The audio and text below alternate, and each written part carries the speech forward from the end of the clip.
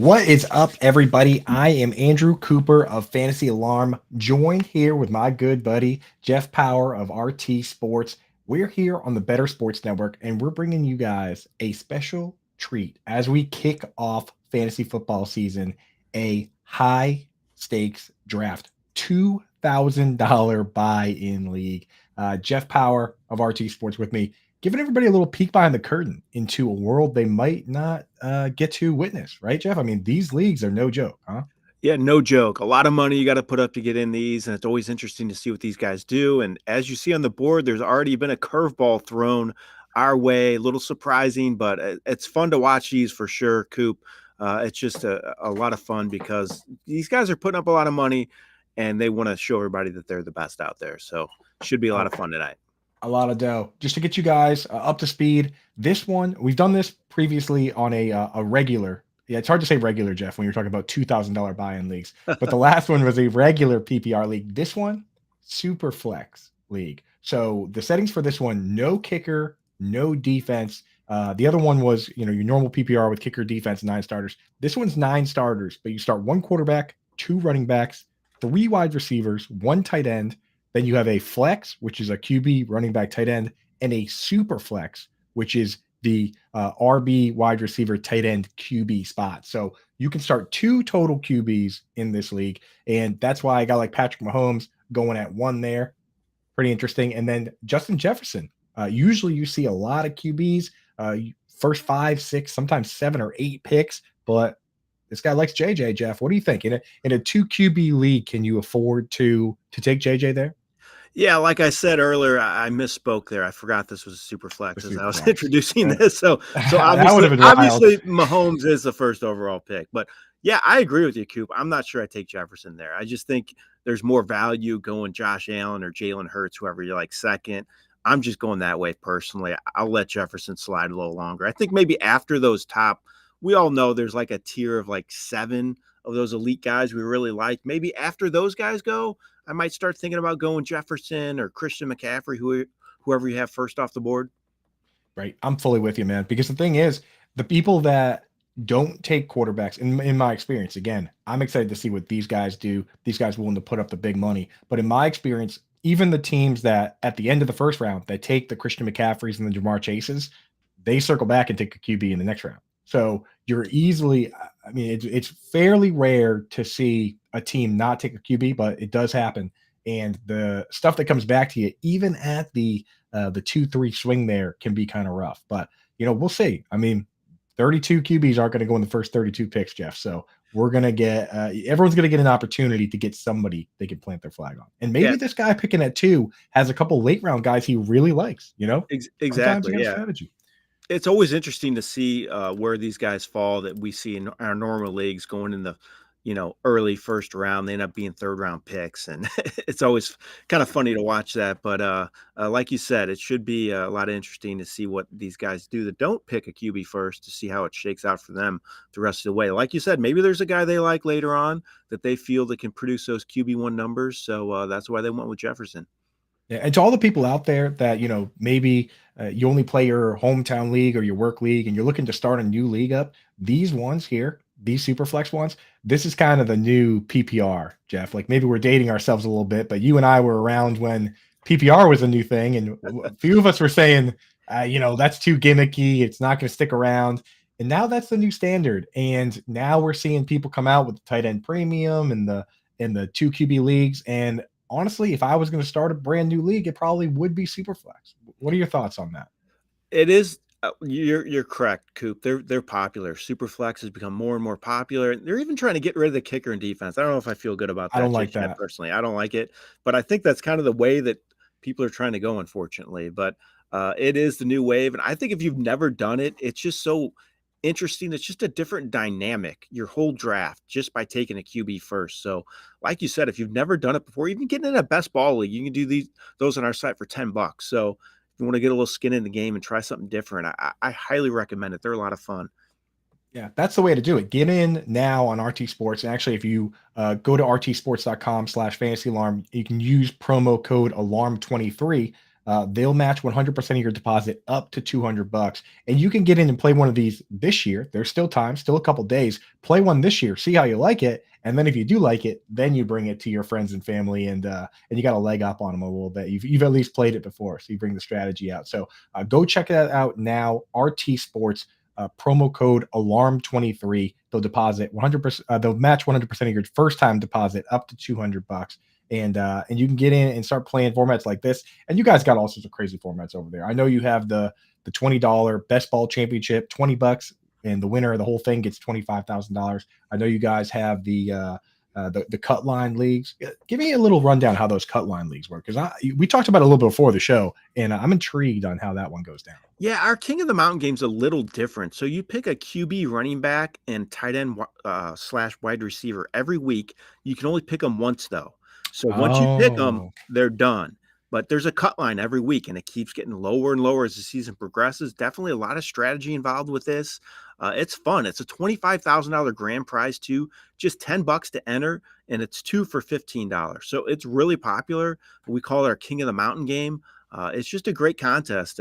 Something a little different. Like, a lot of people are branching out doing the Superflex like we're looking at now, but this is something different as well. And if you want to try something other than your standard leagues, I'd give this one a shot too. It's called King of the Mountain. So now I thought it was like a guillotine type league. Now that I know what that is, Jeff, I'm a ringer in that format.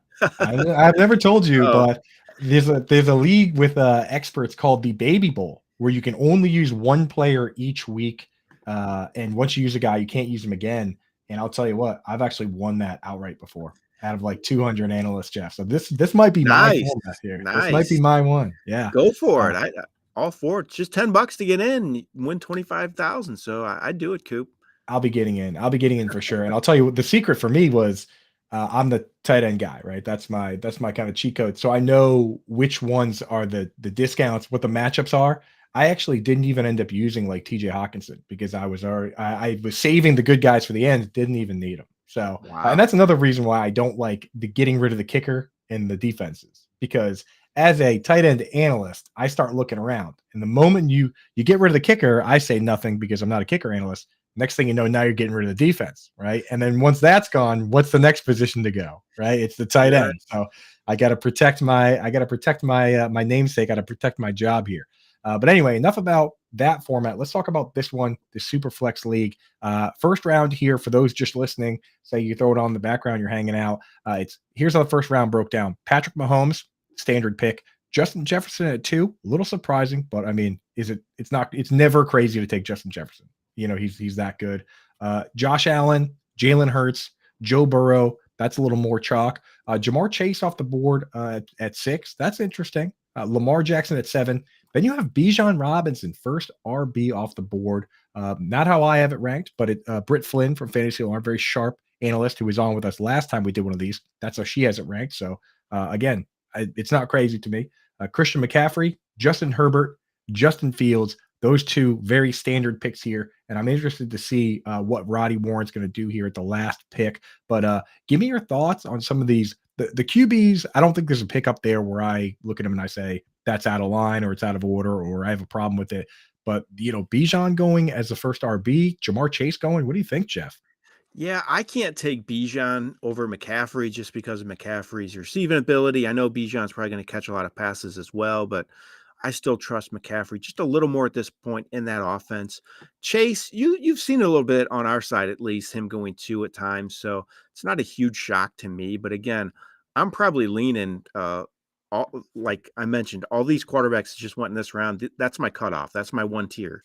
Once it gets to Lawrence, it's it's down to the next tier. So I really would want one of those guys on my roster. So if I'm picking and I got a chance to get them in the first round, I would have pulled the trigger on them. But like you mentioned, this last pick as well, it's always interesting to see what you do on the turn because there's a lot of strategy involved. I mean, you don't pick again for a long time, and you got to wonder what these guys are going to do. Or they're going to go back to all these guys are going to go back-to-back QB. Some of these guys that don't have a QB, they're going to take at least one. So it's tough when you're on the turn like this in a Superflex league, in my opinion. Yeah, it is tough. You have to. I think Trevor Lawrence is the pick there for sure. And I actually don't mind going Eckler. I think I have a bit of a tier break there. Me personally, I'm taking both the Justins ahead of Chase, Robinson, McCaffrey, and honestly Jefferson as well. So I'm with you that me personally, I have and I technically have Justin Herbert ahead of Joe Burrow, but my advice to anybody out there is you're splitting hairs. Take whoever you want. For honestly, it was the calf injury that had me flip it. And the more I've looked at, Justin Herbert essentially having the second most passing yards in the league last year, despite having a low A dot, with Joe Lombardi calling the plays, and now Joe Lombardi's gone. I've kind of sold myself on just having Justin Herbert ahead of Joe Burrow, but those ones are so close. So for me, I'm taking Mahomes, Allen, Hurts, Burrow, Herbert, Lamar Jackson, Fields, all before I take Jefferson, Chase, Bijan, McCaffrey. For you personally, are you taking Trevor Lawrence ahead of the position players, or where do you draw that line? It's Trevor Lawrence for me. Yeah. That's where the line's drawn. It's close though, and I agree with you about Burrow and Herbert. I have those. They're super close. I think it's a coin flip with those guys. I think they're going to finish with really similar numbers. If you have a preference, go with it. I have Burrow ahead of Herbert right now, but it's really close. I like those guys in that spot right after Hurts though. Yeah. Now for you, I guess when we're breaking this down, again, splitting hairs, but if you with certain guys at this top level, if you rank one guy just a couple spots higher, you're going to get him in every draft, and you rule yourself out on so many guys. Like we all kind of like CeeDee Lamb, right? If you rank CeeDee Lamb as your wide receiver 2, you're going to have him in every draft. It's that close. Where if you just move him up just that much, it's huge from wide receiver 5 to 2. So for some of these guys, like for instance, are you taking Burrow and Herbert ahead of Lamar Jackson and Fields, or do you like the mobile QBs? And for those listening, the scoring format for this, it's 4-point passing touchdowns here, 6-point rushing. There are, there's the rest of it is all pretty standard as far as the scoring would go. 25 yards for a point passing, 10 for rushing and receiving. But it is a 4-point passing league. So for you, does that matter at all? And do you like going with the mobile guys? I do like going with the mobile guys. I have Jackson. I do have him ahead of Burrow and Herbert, but not Fields. I still have him behind those guys. Jackson, he really intrigues me this year. We've heard it before. They're going to move their offense more pass heavy, so we'll see if that happens. I'm still not sold on that. Either way, he's just so good running the ball, and he's got 1,000-yard potential. He's done it in the past, been an MVP, so I still trust him at least more than Fields at this point. But I do have him ahead of Herbert and Burrow. And you have to like the Russian QBs just because their floor's high on a weekly basis because of their ability to produce on the ground as a QB. So you always have to value them a little more. Yeah, that's where I'm at almost exactly. Oddly enough, you and me, it's kind of the conservative approach, but I do have Fields a little behind just because I've watched Lamar Jackson lead this league in passing touchdowns and be the MVP of the league. Whereas Justin Fields, I haven't quite seen that passing from him. I've seen the rushing from him. But yeah, there's with this new offense, Todd Monk and air raid, maybe Lamar Jackson gets back to that MVP caliber level, right? Yeah, definitely. It's funny you said that about just moving your rankings just a little, and it changes the whole dynamic. We did a $10,000 draft over the weekend. I watched that. Someone took Tony Pollard with the 5th overall pick. Now, they were not going to get him on the way back, so they have him ranked higher, and it just, like you said, it changes everything, and that kind of threw us for a loop a little bit when we saw that. But that's going with your guy, and that's what that owner did. Took Tony Pollard.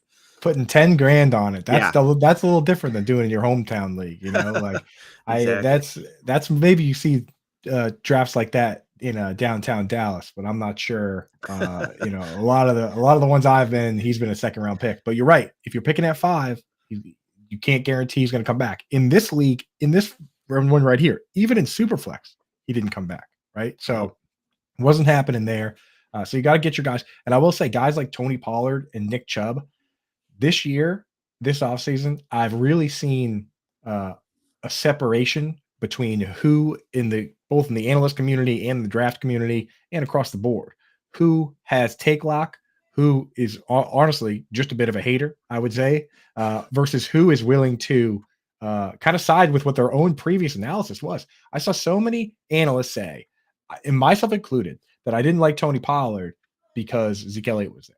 Now that Zeke's gone, I'm in on Pollard, right? And same thing with Nick Chubb and Kareem Hunt, where now we're seeing people come around, but I'm also seeing a lot of people that aren't coming around. And my question is, was it actually the Kareem Hunt and Zeke issue, or did you just not like the player? Because now that those guys are gone, I've noticed Nick Chubb. I mean, where is he? Why isn't he off the board? Right? Like everyone has always said all along, that's the one reason. Well, what's the reason now?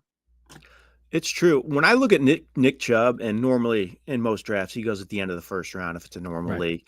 He's as safe as it gets, in my opinion. He should see an uptick in catches, maybe not a ton just because it's not his MO, but he hasn't really been given the chance. But either way, he's going to get the rushes every week, plays behind a good offensive line. I think their offense should be better with Watson there for a full season, so he could get more goal line carries as well. But I look at him, and you want to go safe, RB1, Chubb is that all day for me. Yeah, I had basically I had 5 guys I considered to be my safe guys. It was, Christian McCaffrey, Bijan Robinson, Saquon Barkley, Austin Eckler, and Nick Chubb. In my regular 1 QB leagues, whoever I got in the first round, I didn't care. I really didn't care which one came to me. Which kind of made me want to have later picks in the draft, right? Like I'll take whoever it is, and then like Devontae Adams next round or whatever comes. So I have no problem with it. And then once Zeke Elliott signed with the Patriots, I actually moved Tony Pollard up into that group.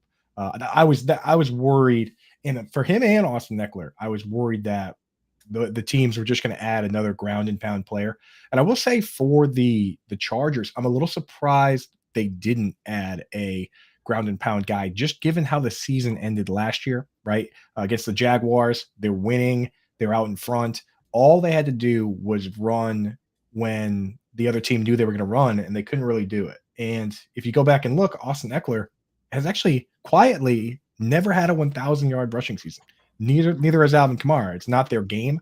Are you surprised at all by that? And do you think there's a chance that a guy like Leonard Fournette or some of these guys sneaking around, they might do something about it? I think it would make sense because you look at their backup situation too. I think they thought they had something with Spiller when they drafted him, but he hasn't panned out, and Kelly hasn't been that great as well. So I don't think the backup situation is very good as well. So it would make sense. I thought an Elliott signing would have been a good one for the Chargers for sure, but who knows? And I'll tell you right now, Coop, if you look at this second round, I would have never in a million years said there's going to be 1 QB taken in the second round. Superflex. Holy cow. They did it on purpose to make us look stupid, Jeff. They absolutely did it on purpose to make us look dumb here, because we said it was going to happen and then it totally didn't. So here's the second round. Again, if you're just kind of hanging out listening, the guy at the swing took Trevor Lawrence, and then he started with Austin Eckler, and coming back, Saquon Barkley, Tyreek Hill. The Christian McCaffrey drafter took Deshaun Watson, so he did take a quarterback there. And then Tony Pollard, Stephon Diggs, Nick Chubb, CeeDee Lamb, Garrett Wilson, Derrick Henry, A.J. Brown, and Amon-Ra St. Brown. So there's 3 teams right now that do not have a quarterback yet: a Justin Jefferson, A.J. Brown team, a Jamar Chase, Nick Chubb team, and a Bijan Robinson, Tony Pollard team. I know you and I typically wouldn't draft a team like this, but of those 3, which one are you feeling best about? Ooh, man, Jefferson Brown, that's some combo. Chase and Chubb's good too. Yeah. Man, I guess Chase and Chubb just because I was talking up Chubb earlier, but I think you can't fault many of those duos there. Those are all pretty good. Who do you got? I like the Bijan Pollard team, just because if I'm gonna take a position that's not quarterback, I want to get some scarcity. I've played a lot of these drafts, and I know you have to start 3 wide receivers here, which really does give a little more juice to the wideouts. But I've done a lot of these, and when you put the super flex in there, when you put the tight end premium in there, and this one is not tight end premium, but when you do those specific types of formats, that's the position that I feel like I get the best value on later. I feel like in the 9th, 10th round, and we'll see here, because we were wrong about the second round, but we'll see what comes back. But I feel much better about what's there. Just to give you guys a quick update, the guy that took Mahomes at 1 and Amon-Ra St. Brown, he made the play on Travis Kelce here. The big news today was that Travis Kelce tweaked the knee, hyperextended the knee.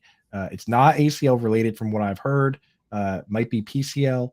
The word is that he might not play this week, and we'll have to see what the long-term outcome is. So no, obviously not good news here, but if he can get away with it, that's a pairing that you don't usually get in a draft like this, right, Jeff?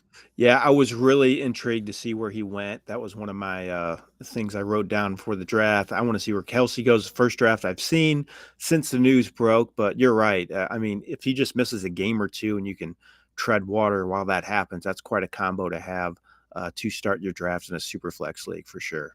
Yeah, we'll have to circle back and look at some regular leagues, because I think in this particular one, the idea of taking Mahomes at 1, it's real tough to let Kelsey go by, Yeah. whereas in a single QB league, Kelsey's typically the first one off the board of the two of them. So, it could push him down farther. But I think, that's something to think about, where Kelsey and Mahomes, two great players. If you do take Patrick Mahomes, the temptation to take Travis Kelsey, even with the injury news, it's too strong. So I don't think Kelsey really, as long as Mahomes is going in the second or third round, I don't think Kelsey can go much farther than the fourth or fifth, right? Yeah, I agree. I don't think he's going to fall too much farther than that. Not with the news it broke. I mean, it doesn't sound like you said. It sounded like they said that ACL was still intact. So Right. hopefully he just misses a game or two. I'm really intrigued at this point too, as well, with this second team that we mentioned, Jefferson and Brown. Now they took Devontae Adams, so 3 premium receivers, but you have 10 picks behind you, and then they're going to come back. So it's 20 picks until he picks again without a QB in a super flex league. He's Man, I got it. don't know. I don't know if I can do that. He's got somebody. He's got somebody in his back pocket, I bet. And you and I, the people that haven't watched it, if you want to watch a single QB league, we have one right on this channel. It was you, me, and Britt Flynn, and in that one, we watched a guy wait until. I mean, that one was crazy because he didn't take a quarterback until the 13th, 14th round, and then he took 3 in a row. So, and he got, in that one, he got Aaron Rodgers, he got, I believe, Brock Purdy as well. So again, in single QB, it's possible. But in this one, just based on the way the second round went, there'll be some guys there. So if you have one ringer, right? Like if you really love Brock Purdy, or you really love, I don't know, Mac Jones, then you can play this game a little bit, right? You can say, hey, I'm gonna load up on best talent available, and then I'll grab whoever's there from the middle range, Jared Goff or Kirk Cousins, and then I'll get my guy, and if you're right, it could pay off big, right? Yep, I think you're right. But the way I look at it too, though, is that Mahomes, he averaged 27 points per game last season, and you get a guy that averages 21. That's a bigger difference at QB, than it would be at receiver or at running back between, the elite guys and the guys farther down the draft board. So that scares me. I don't know if I can't go much longer if I'm that team. If the guys I want are coming up in the next couple of rounds, I think I have to pull the trigger on at least one. Right. Yeah. And that's the thing, your team looks so good right now when you're drafting them. And honestly, when I do these, my brain, I have my reptilian brain just can't wrap my head around like the quarterbacks and stuff until I set my lineup. Then when when the draft is done and I set my lineup and I'm sitting there with, Justin Herbert and Deshaun Watson, then and the matchup shows up next to the other guy's team, that's when I feel good about it. But in these drafts right now, like he's looking at his team with Jefferson, AJ Brown, Devontae Adams, he's probably feeling great. Let's see how he feels once later on when his starting 2 quarterbacks are, Goff and Adam. Well, again, we'll have to see. I'll tell you what, a couple of these teams are willing to go a bit of a quote unquote hero QB here, where no one's really taken a second. No one has taken a second QB yet. Yeah. We do not have a second QB off the board, which is just shocking to me because I've done a lot of super flex leagues this year, and I have not seen that yet after 2 rounds, or after we're almost through 3, halfway through 3 rounds, and still not one team with 2 QBs. They're and honestly, they're kind of bailing out these teams. Like this guy, they are right here, slam dunk in here. If he takes a QB here, like a Tua or somebody like that, man. They're kind of getting bailed out, so we'll see. There he goes, Daniel Jones. So if you were drafting in that spot, taking a QB, is Daniel Jones the guy you would have taken, or do you have it ranked differently? I do not have him ranked right there. Let me take a look. I'd probably either go Prescott or Kirk Cousins in that spot if I had to pick. I think it's close call. I mean, you can make a case for Jones, definitely, though. I think just because of his rushing ability and that offense kind of being on the rise with Dable, doing a good job with that team last year. I worry about the receivers, obviously, but still they have Darren Waller, imaginative head coach. So I don't think you can fault that pick too much. I think there's a lot of similar options at that point, but I probably would have leaned Cousins or Prescott. Yeah, and I've been kind of one thing I do like to use, and this some advice for folks out there is I'll use the gambling and prop bet market to kind of help not make my rankings based on them, but gauge where the experts of all experts are on this stuff, and gauge where the market is and the sentiment is. So I'll go around and take a look. I'll say, hey, Daniel Jones, ran for 700 yards last year. Let's see where the books have it, right? Let's see where the Vegas is saying. And I got to say, Jeff, a lot of the books are saying they have him set at 575, 600 yards. I mean, I'll take that all day long. Yep. I'll take it all day. So they're saying Daniel Jones 700 yards, not a fluke. That he is a dare I say rushing QB. There's some guys are mobile QBs. Daniel Jones perhaps a rushing QB where there's a difference there. So interesting to say the least. And some interesting picks here. Kirk Cousins and Aaron Rodgers off the board before a couple guys you and I both like. You mentioned Dak Prescott.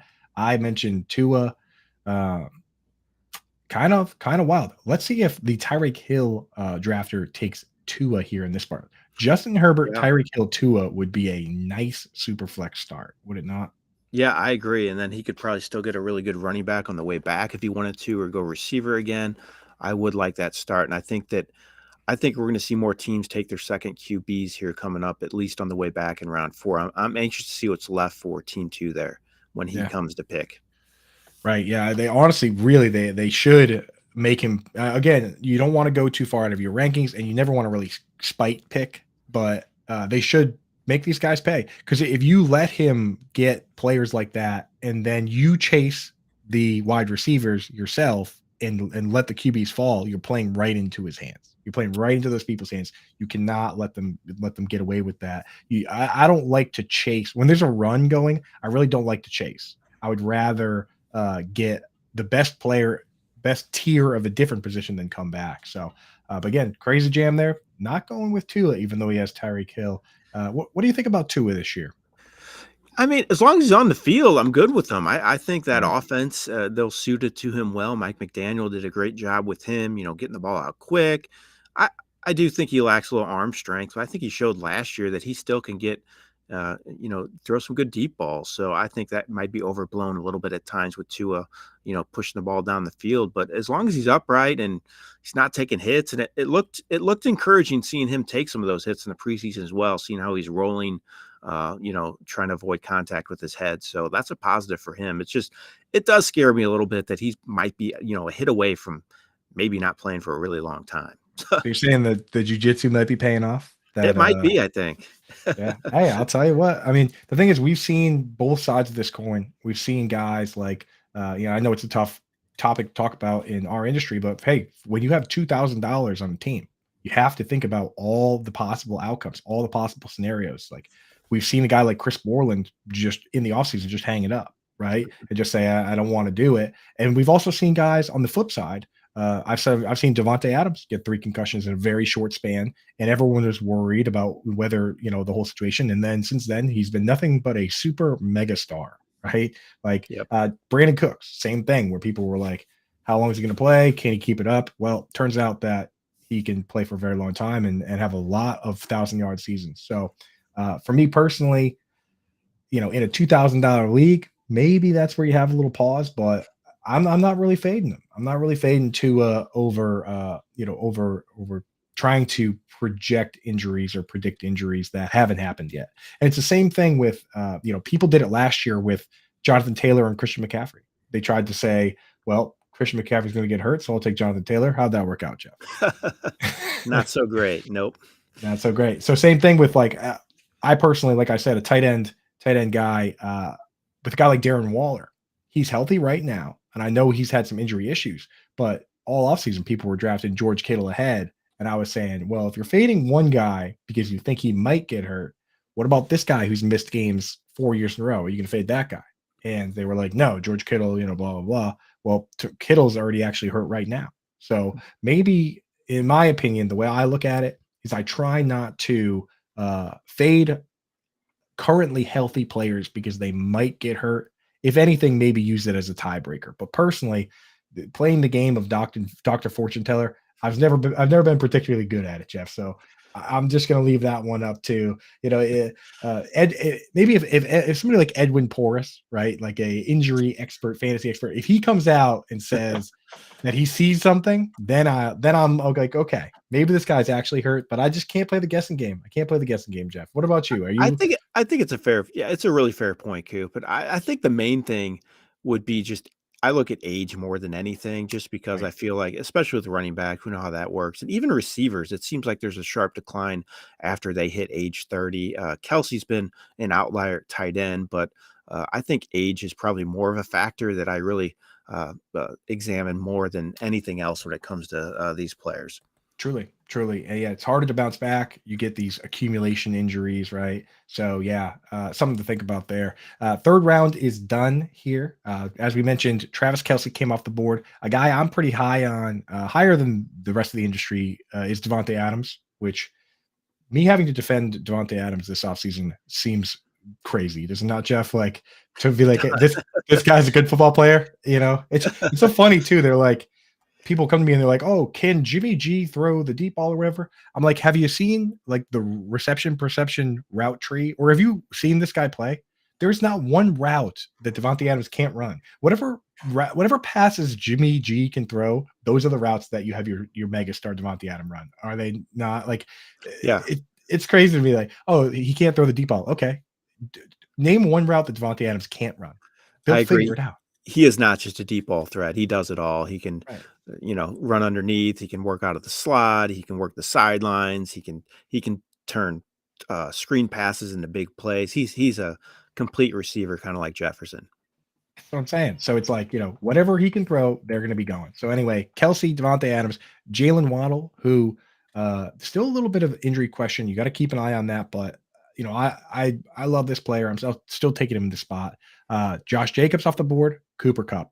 Man, that is a scary pick.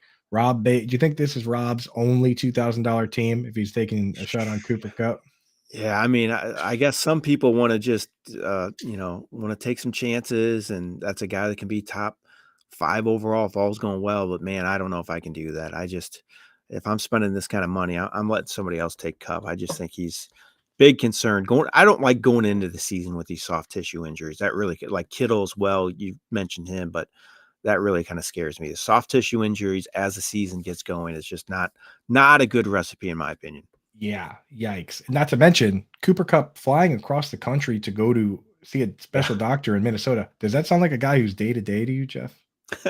Not really. Doesn't He's looking for something to get this remedied quicker, sooner than Yeah. later. Like you said, that does not sound good. Day to day is like an ice bath. It's not a plane ride, So that's where I'm at with that. Cup, I'll let somebody else draft him until it starts getting crazy. Until it starts getting to the point where I look around and I say 8 games of Cooper Kupp is better than 17 games of so and so, which does happen in round 6, 7 or so, right? Like Yeah, there's always a line.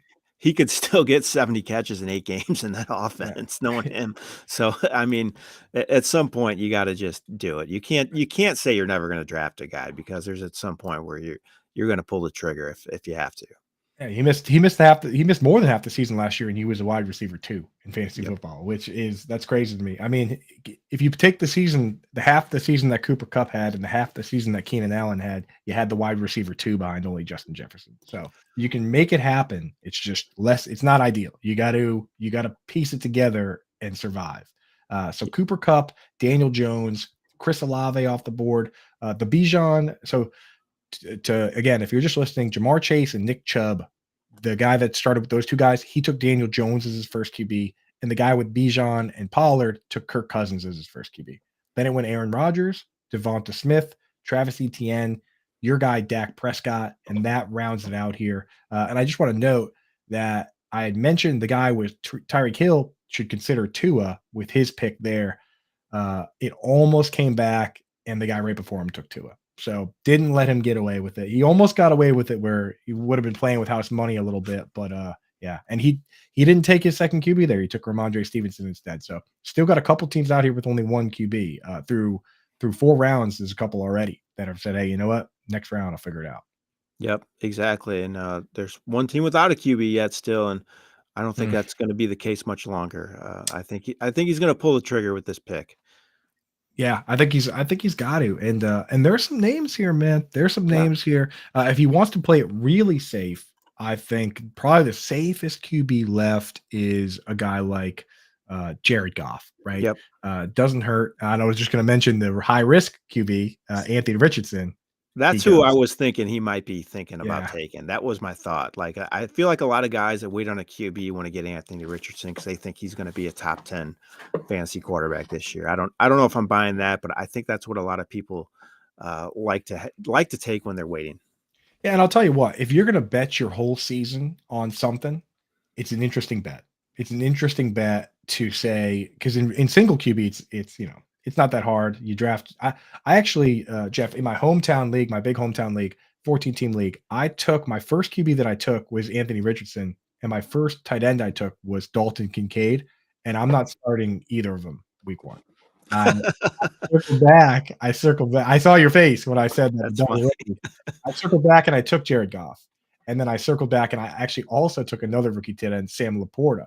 And I look at, the matchup with the Chiefs and the 54-point over under, and I just say, hey, you know what? I'm gonna start safety in Goff and throw Laporta in there and not worry about Kincaid versus the Jets and all that. So, you don't always have to start the first guys you draft. I draft for upside, and then I set my lineup based on matchup. That's how I play it. So I've seen that a lot with Anthony Richardson this year, and I think it's a smart strategy. It's a guy that could be end up being capable of being really, really good, but maybe it takes him a little bit to get going. And the QB position's deep. So, like you said, you look at these early season, early week matchups, and there's guys that have better ones than others. And I think it's a smart play. I like that strategy. There yeah, goes Goff. there you go, Sid. So, and there it is to the team, right? The team with three keeps it. I like that. Not only did he get, oh, actually, sorry, he had AJ Brown, not Amon-Ra St. Brown. I was gonna say maybe get a little stack action, but hey, it could have been way worse. Yep. I would have pictured a guy waiting until the end of the first round to take his QB. That could have been a nightmare, but it actually worked out pretty well for him, especially if he can come back and take somebody that he's confident in here. We'll see if maybe he has somebody he's willing to reach for to kind of plant a flag on, or if he's willing to just piece it together later. So will Yep. be interesting to see coming around here. But I'll give everybody a quick recap. Round 4, just about in the books. One more pick that will be done by the time I get there. So came back Keenan Allen, Tua, as we mentioned, Ramondre Stevenson, Amari Cooper, Calvin Ridley, Jahmyr Gibbs, Geno Smith, T. Higgins. Surprisingly late for T. Higgins. Nice pick there for Rob Base. Anthony Richardson, Joe Mixon, Jared Goff, and then the first team that took Mahomes, Amon-Ra St. Brown, and Travis Kelce is going to finish the roundup now momentarily, and we'll let you know who they take here. But for this round, Jeff, 4 rounds in, pretty solid look at things. Which team are you feeling? Which team looks most like a Jeff Paur team to you? Yeah, it's going to be one that has 2 QBs. So I would say almost team 12. I like Trevor Lawrence, Eckler, Prescott, and Allen. I think that's a good core. I probably would have went Higgins over Allen though, personally. Like you said, I thought that was pretty good value for team 5 there to get Higgins to pair with Burrow, especially. But for me, if I'm putting my name on a team, it's going to be a team that probably has 2 QBs after 4 rounds and an anchor at running back and receiver. And I think team 12 probably has the one that fits the mold best for me. Yeah, it's very well rounded. He needs the I mean, he's got Austin Eckler and Keenan Allen, so That's true. needs the Chargers to do what they do, but it's not a bad bet, right? Like Yeah. I already said that I love Justin Jefferson. Me personally, sorry, not Justin Jefferson, it's Justin Herbert. I love Justin Herbert to potentially lead this league in pass yards. When I look around at these teams, honestly, there's some teams that started off the way I would, but didn't make some of the picks that I would, right? I would have really liked the Fields Barkley team if he had taken the Herbert Tyreek Hill team if he had taken Tua there, but he didn't. I think for me, if I'm gonna plant my flag on one of these teams, it would probably be the one with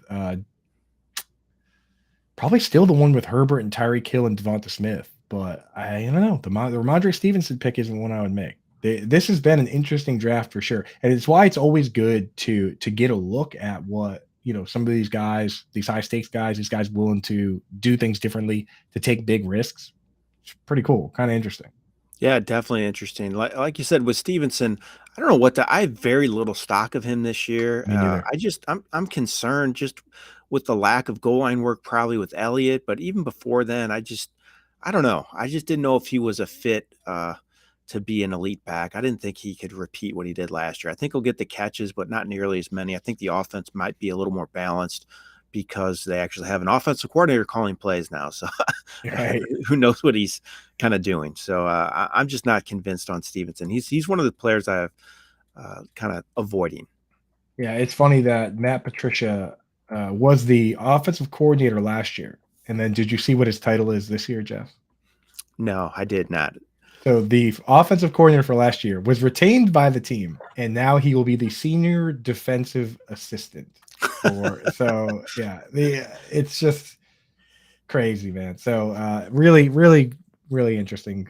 But I digress, man. I'm a Patriots fan, and I'll tell you what. I agree with you that I don't think it's what the Patriots want to do. I don't think they want to have one back getting all the work. And last year, I don't think they actually wanted to do it. If you look at the first game, Ty Montgomery actually played more snaps in that game than Ramondre Stevenson, and he played 20 out of the backfield, and he had 4 targets. I truly think that if he didn't get hurt, then maybe that's how the season would have went. If you look at the history of Bill Belichick being with this team, he's never had a running back up until last year get 200 carries and 35 receptions. So I'm with you that I'm just not taking Ramondre here, especially because they went out and they went and got another guy. So I was even surprised today, being a Patriots fan, that you are, Coop, that Coach came out and was speaking well of Mac Jones. Did you hear that?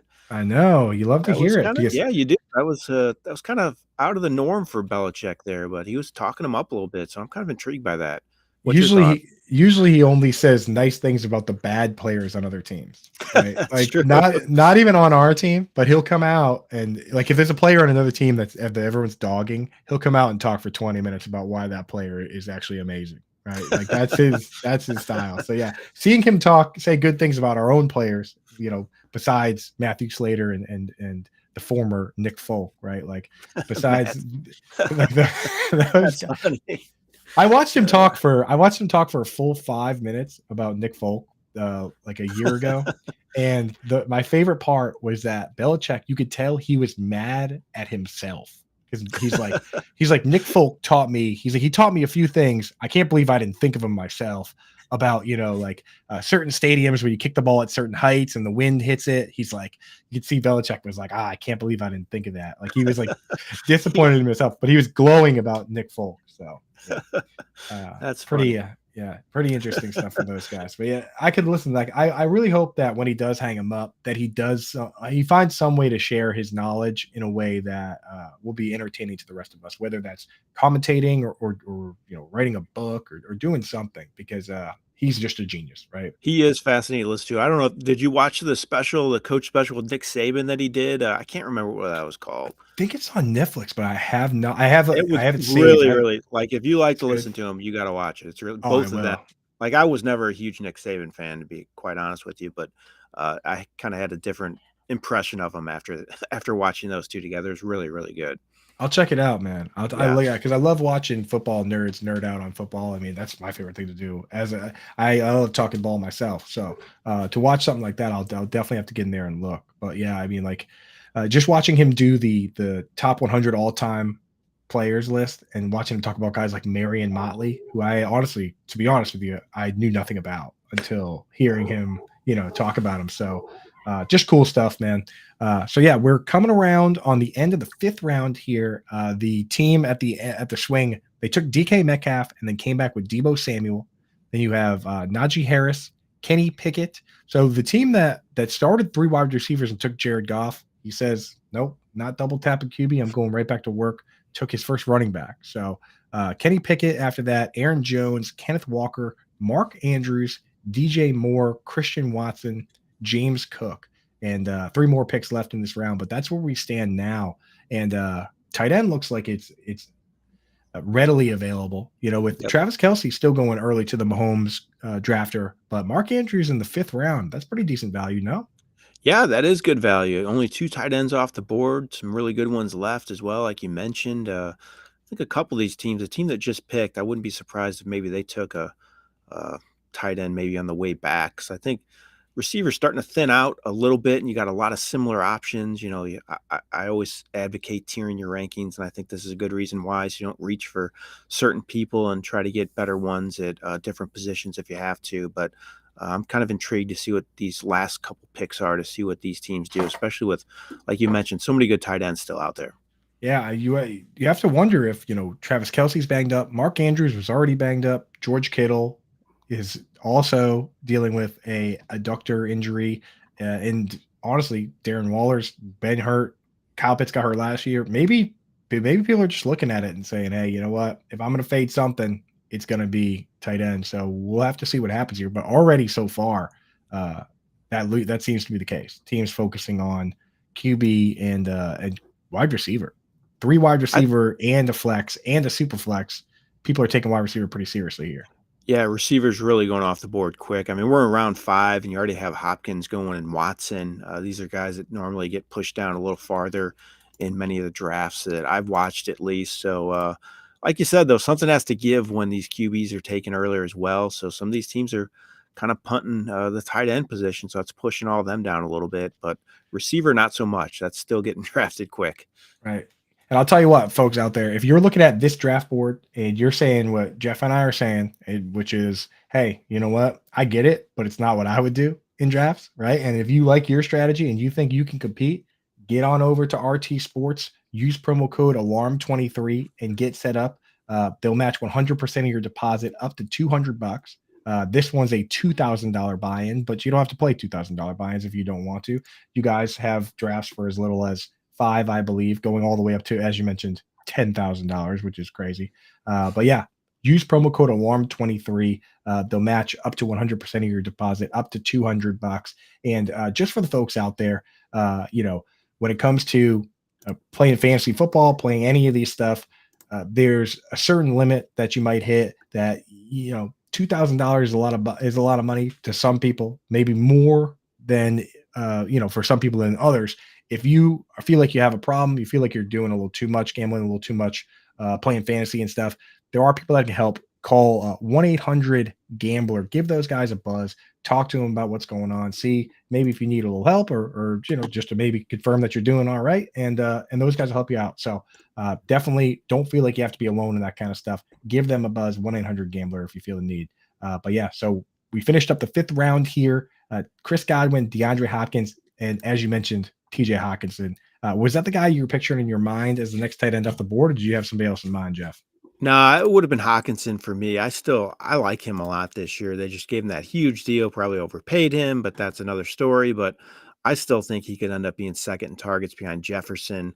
I'm still not totally convinced Addison's going to have a huge season as the wide receiver number 2. Hawkinson just had so many looks and had a great rapport with Cousins. So I still think he's going to have another really big season this year in Minnesota. Yeah, I mean, he's to me. I have Kelce in his own tier, whenever was healthy at least. Kelce in his own tier, Mark Andrews in his own tier, and then in the next tier, you got to figure out how risk averse you are.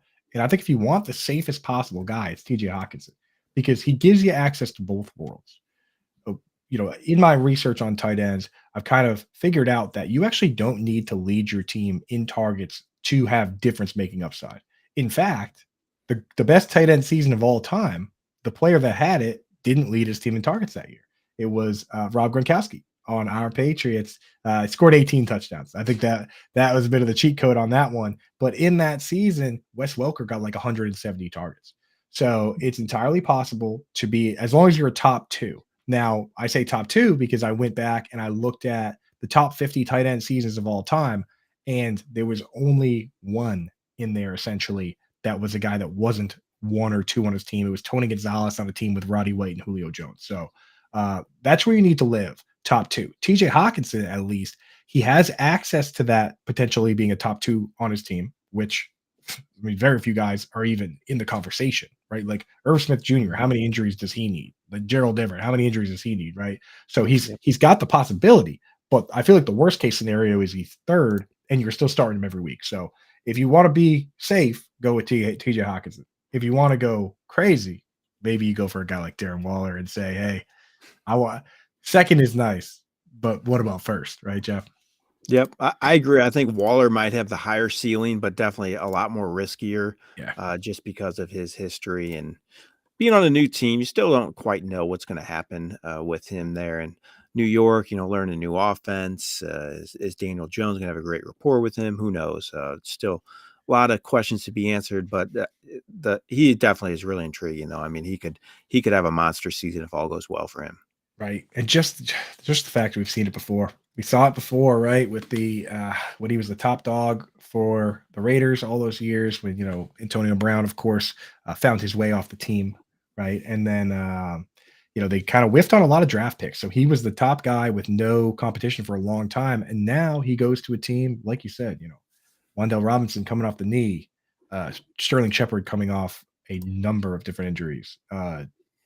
Isaiah Hodgins being a undrafted free agent that's fairly unproven. Jalen Hyatt, of course, won a Fred Biletnikoff award-winning, wide receiver, but a rookie himself. So, there's not too much competition where you can say, well, he's third behind these guys. I feel pretty good about drafting Waller. And again, at tight end is the one position where I don't care about floor.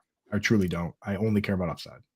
Yeah, I agree. And I think there's a couple guys that fit the bill of guys that, can get opportunity this year. And one of them for me is David Njoku. I think he's a guy that after Amari Cooper, they have had struggles finding a number 2 receiver. So I think he could rack up the targets with Watson, Jawan Johnson as well in New Orleans, not to talk about guys that haven't been drafted too much, but he's another guy that intrigues me too. I don't know what your feelings are about him at all, but I just think he could have a good season just because I don't trust Michael Thomas to stay healthy. And based on his history, I like Carr as his QB. Right. I mean, again, I talked about the injuries and the health guys being healthy now and all that. But I mean, hey, if you're at a certain point, you have to say who's most likely to get hurt of the healthy guys. I mean, Michael Thomas with his history, he's got to be somewhere on that list, right? Guys like Raheem Mostert that have hurt every year. Yep. So I'm with you. But David Njoku for me, I mean, if we were going to pick a tight end to put in the dictionary next to the picture, if you're going to have a picture, right, that where they says tight end, I would just have like shirtless David Njoku there. Like that's the exact example, right? He's a monster. And again, after Amari Cooper, who knows? And for me personally, Jeff, I'll give you a little glimpse behind the paywall. All right. Over at fantasyalarm.com, I do the tight end. At Fantasy Alarm, we take DFS very seriously. We had a guy win $1 million last year, millionaire Mike. He bought a boat. We have guys win 200,000. We don't even retweet it if you win like $50,000. Like honestly, we got too many big winners over there. And one of the big secrets we have is that a lot of sites, they'll just have one person putting together lineups and they say, oh, here's my lineup and these are the guys I like. We have individual analysts looking at each position and scouring the position to give you the best, and then you could pull lineups from that. So I focus just on tight end. John and Pemba focuses just on quarterback. You're not going to get watered down analysis. You're going to get people taking it very seriously. So the glimpse behind the paywall is that's for Fantasy Alarm members. My article comes out Thursday on tight ends, and David Njoku is absolutely in there for DFS. 4,200 on DraftKings, and he's going up against the Bengals in what should be a shootout. And people forget the Bengals not only lost Jesse Bates, but they also lost Von Bell. So both of their starting safeties from last year, guys that played nearly 100% of the snaps, they're out this year. Brand new safeties. And that's where a guy like David Njoku, he gets loose down the middle with his size and speed. He could pull off some big chunk plays. So I'm feeling good about Njoku, definitely in week 1 lineups for sure. Yeah, he has a good early season schedule. I was looking at that because I am doing a guillotine league, which is new to me. So I was trying to examine early season schedule so I can stay in things. But that was one guy that I was kind of looking to target in that draft I have tomorrow night. So that should be interesting. I've never done a guillotine league, so that should be a new experience for me. They're crazy. I have one that I've done 2 years in a row. The first year I was too conservative. And then last year I flew a little too close to the sun, Jeff. I was I was drafting injured guys, suspended guys. It was just like, I kind of flipped it around where I was like, the first year I was like, I'm not taking any injured guys, I'm not taking any suspended guys. Then last year I was like, you know what? I was like, everyone's going to be doing that and they're going to fall. So I'm going to get right. I galaxy brained it last year. I think I got cut in the second Oh week. no. So, yeah. You need a balance there, Jeff. You need a balance. I could see that.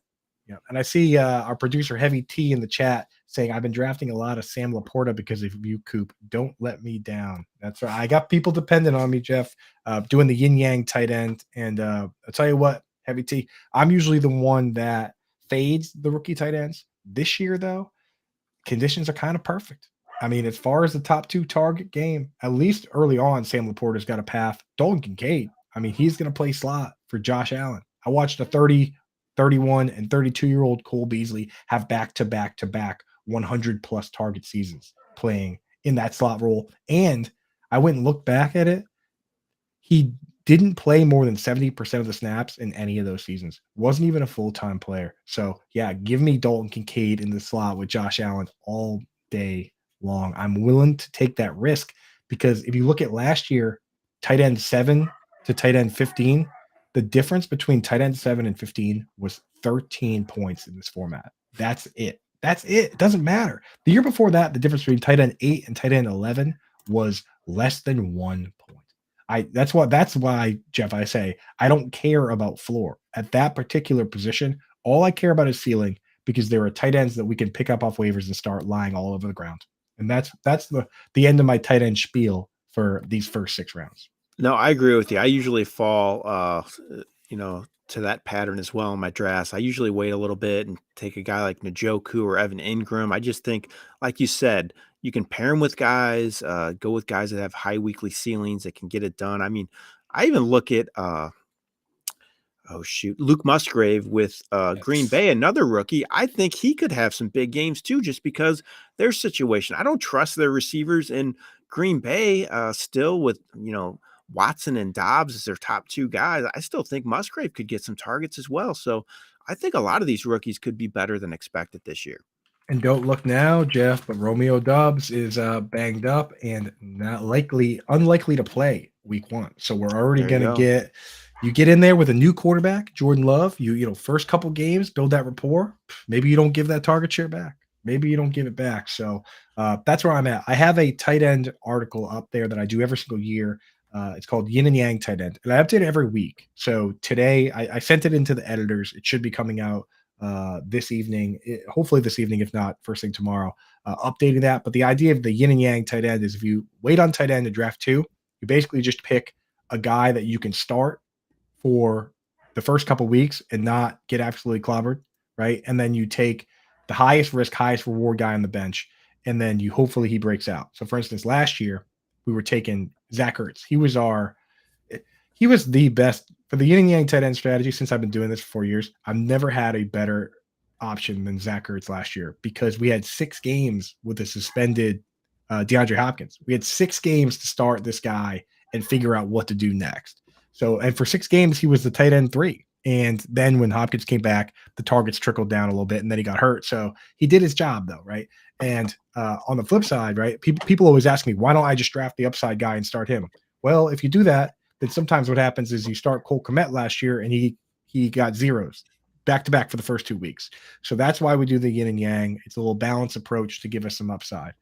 This year we're looking at waiting and taking guys like, if I take Evan Ingram or if I get good value on Evan Ingram or Pat Freiermuth or David Njoku, I start him week 1. We just talked about we love the matchup for Njoku. And then if possible, I throw it at Kincaid or a Chigakonkwo or Laporta on the bench and just hope I catch lightning in a bottle. And if I don't, I just start those guys for the rest of the year. So that's my move there. But enough on that strategy. We've got guys here drafting $2,000 teams on RT Sports. We're through 6 rounds. Here's a recap of round 6 for everybody if you're just kind of listening and hanging out. Breece Hall, Deontay Johnson, Russell Wilson, Mike Williams, George Pickens, Damian Pierce, Alexander Madison, Derek Carr, Darren Waller, Brandon Ayuk, Dallas Goedert, Cam Akers, And Jeff, I will say the quarterback game of chicken is well underway between 4 of these teams now. There are 4 remaining teams that don't have 2 quarterbacks yet. And basically it now we're in that spot that's no different than your single QB hometown league where you see how long you can go before one of these other guys gets frustrated and just takes a third quarterback and tries to make you pay for it. So interesting to see where this is going to go. Interesting to see where it's going to go.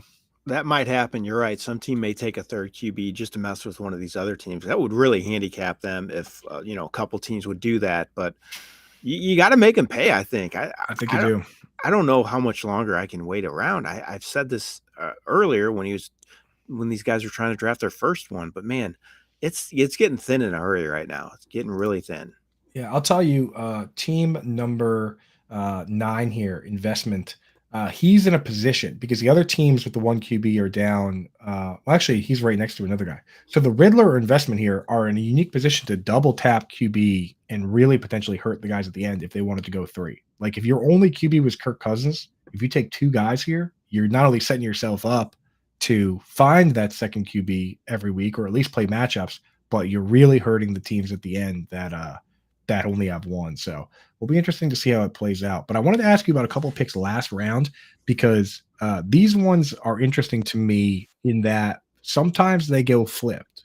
And I have my guy. I want to know which one you like better. And I'm talking about the Steelers wide receivers, Deontay Johnson and George Pickens. In this case, Deontay Johnson went 3 picks before Pickens. I mean, the hype around George Pickens is gotten wild with the highlights and everything. What are your thoughts on these 2 guys, and which one do you prefer if they're going to go with the same spot like they just did? So I feel like Johnson's finally getting some more respect, and he's moving up draft boards. I think earlier in the season you would get him not in a super flex league, 8th, 9th round. So he's finally going a little earlier. I mean, I would take Johnson before Pickens personally. I think Pickens could be splashier, have maybe more big games, but overall, Johnson's going to be more consistent. And his touchdowns, that was just an aberration last year. It's not going to happen again. I mean, that offense is going to be better. He racks up a ton of targets on a weekly basis. I think he could push 100 catches, and he's not going to go without a touchdown if he does that. I mean, I think you can pencil him in for 5 to 6 at least, and hopefully he pushes that even higher. But you get 5 to 6 touchdowns and near 100 catches. That's a heck of a season right there. I'd take Johnson all day over Pickett. For sure. I'm fully with you on that. I'm glad. Dude, no, don't be sorry because it's been driving me nuts since they did that. When they drafted the Pickett and Pickens combo, it's just like, come on, give us a break as analysts. You know what I mean? Like, did they really have to do that? Come on now. Just messing with us. That's what I'm saying, dude. That's what I'm saying. It drives me wild. There's some of them where so little things like that as a writer or a commentator, especially as a writer, all the different spellings of certain names like Zach and Devonta, it's just can we get a uniform, please? It's just the old what is the Zach, whether it's an H or a K, is just something that I really need to sit down and remember which one is which. But I digress. I'll tell you what, I think that what it's going to end up looking like with Deontay Johnson and George Pickens is similar to what we have with Keenan Allen and Mike Williams, where Keenan Allen's the target guy, right? Deontay Johnson has 140 plus targets 3 years in a row. He's maybe a lower ADOT target guy. And then George Pickens is the Mike Williams, where he's the contested catch, chunk play guy, and he makes the highlights and maybe has a couple really fun touchdowns, but is it going to be consistent from week to week? And that's where I'm with you that I chase the targets. The highlights are fun, the George Pickens and Jahan Dotson, but I'm a target guy myself. So I'm taking the Keenan Allens and the Deontay Johnsons and the Terry McLaurins of the world instead of the Mike Williams and George Pickens and Jahan Dotson, unless it's a best ball or maybe a standard league. Then maybe you go for touchdowns and all that. But nah, I like chasing the targets. Yeah, best ball leagues, you can take more chances, try to get those high upside guys, and you can get away with their bad weeks in that format where you don't have to start them every week. But like you said, I'm the same way. I'd rather go for the targets. Give me the consistency. Amon-Ra St. Brown's another guy I really like a lot this year because of that. I think he's going to have a monster season as well. So I like the target guys for sure. Yeah. So we're coming up on the end of the 7th round, and I'm going to call this round, Jeff, the enough is enough round. Right. So you've got Javon. Their team's just saying, "Hey, you know what? Enough is enough. I'm taking this guy." With some question marks. So you got Javonte Williams, of course, coming off the knee. Drake London with the quarterback questions. Tyler Lockett. You have Terry McLaurin dealing with some turf toe. Miles Sanders, J.K. Dobbins.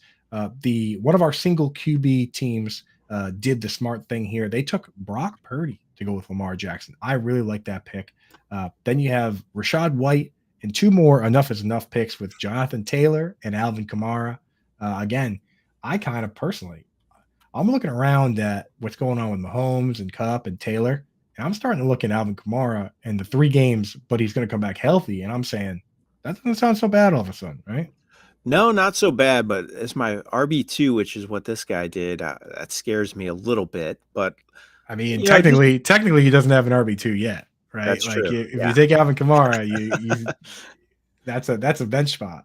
Yep, exactly. I mean, Kamara is intriguing to me though, because he kind of faded down the stretch a little bit last year, but maybe the suspension's not a terrible thing for him to, be fresh for the whole season. He's getting older, has a lot of touches under his belt, so maybe that's not the worst thing in the world for him. I think the value's good for him at this spot though. Yeah, I like it here, but you're right. Like if this were a team that had 2 running backs already and then took Kamara, you're playing with house money. Yeah. And to give you guys an idea, say you're looking at Team Crazy Jam here. It's not you start 9 in this league, but there's no kicker and no defense. So you start. It's a super flex, meaning you can start 1 quarterback spot and then a spot that is you can start any player, running back, uh, wide receiver, tight end, quarterback, and for all intents and purposes, it's mostly a 2 QB league. Most people are going to be starting a quarterback in that spot. Oh, you can't get away with starting any other player there, and people need to remember that you don't have to start a QB there. But so a team like Crazy Jam, he's going to have his lineup right now would be Herbert and Wilson in the lineup, all 3 wide receivers in the 3 wide receiver spots, Ramondre Stevenson in the RB spot, and Kamara on the bench. And he actually, for his starting lineup, the next running back he picks will be in his starting lineup. The tight end he picks will be in his starting lineup. And then the next position player after that will be in the flex. So these leagues are pretty rowdy, Jeff. Like the next 3 players are most likely in his lineup. And if he wants to take another, I guess if he takes anything but quarterback, that player goes right into his lineup. So it's pretty crazy. Yeah, it'll be interesting to see the way his team shakes out. I'm kind of anxious to see these next 3 picks for him because of exactly what you mentioned. But that's what makes these leagues fun. You have to make some tough decisions early in the draft, and it definitely shapes your roster going forward. So it'll be neat to see what Crazy Jam does. So he went ahead and got his RB2 with James Conner, which isn't, I mean, it's not a terrible pick if he can tread water for the first 3 weeks. We all know Connor. Again, you can't predict injuries like you said, but Right. he's another guy he goes on another that guy that scares you. But early in the season, he's never played every game in a season, Jeff.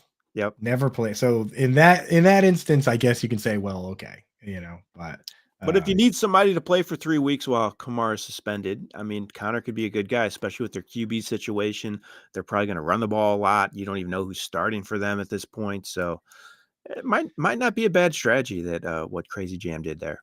If you need a guy to play 3 weeks for you, James Conner can give you 2. I shouldn't be saying that because I do have a lot of James Conner myself. So I take that back. I take that back. This is the year that James Conner puts it all together. And to your point, Jeff, we always try, I have a saying that, that Howard Bender and I like saying, which is that running is the luxury of the winning team. So if you do to get a season like Todd Gurley or, a complete face melter season, you do need a guy that catches balls and also where the team is good enough to get you the touchdowns and stuff. I look at Todd Gurley as a perfect example where that team went 4-12 and he had 260 some odd carries and only ran for 800 yards. And the very next year, the team was better and he had the same number of carries and ran for like 1,300 yards and a lot more touchdowns just because the team was better. That said, we have seen teams in these bridge years just say, hey, you know what? We're playing with whoever's here. And you see James Robinson, even though the team's losing a ton of games, they just say, hey, you know what? You're our best player, James. We're just going to lean on you. Or Damian Pierce last year with the Texans. They're like, hey, we know we're coming in last place. We need a quarterback. You're our best player. Don't care. Go get that angry run award. And we've seen sometimes you can have those years where they just lean on the guys they have. So I wouldn't rule James Conner out, especially compared to, I guess the game here is, do you pick the bell cow back on the bad team, or do you go for a split back on a better team? And I personally, I do go for the bell cows. I don't know about you, Jeff.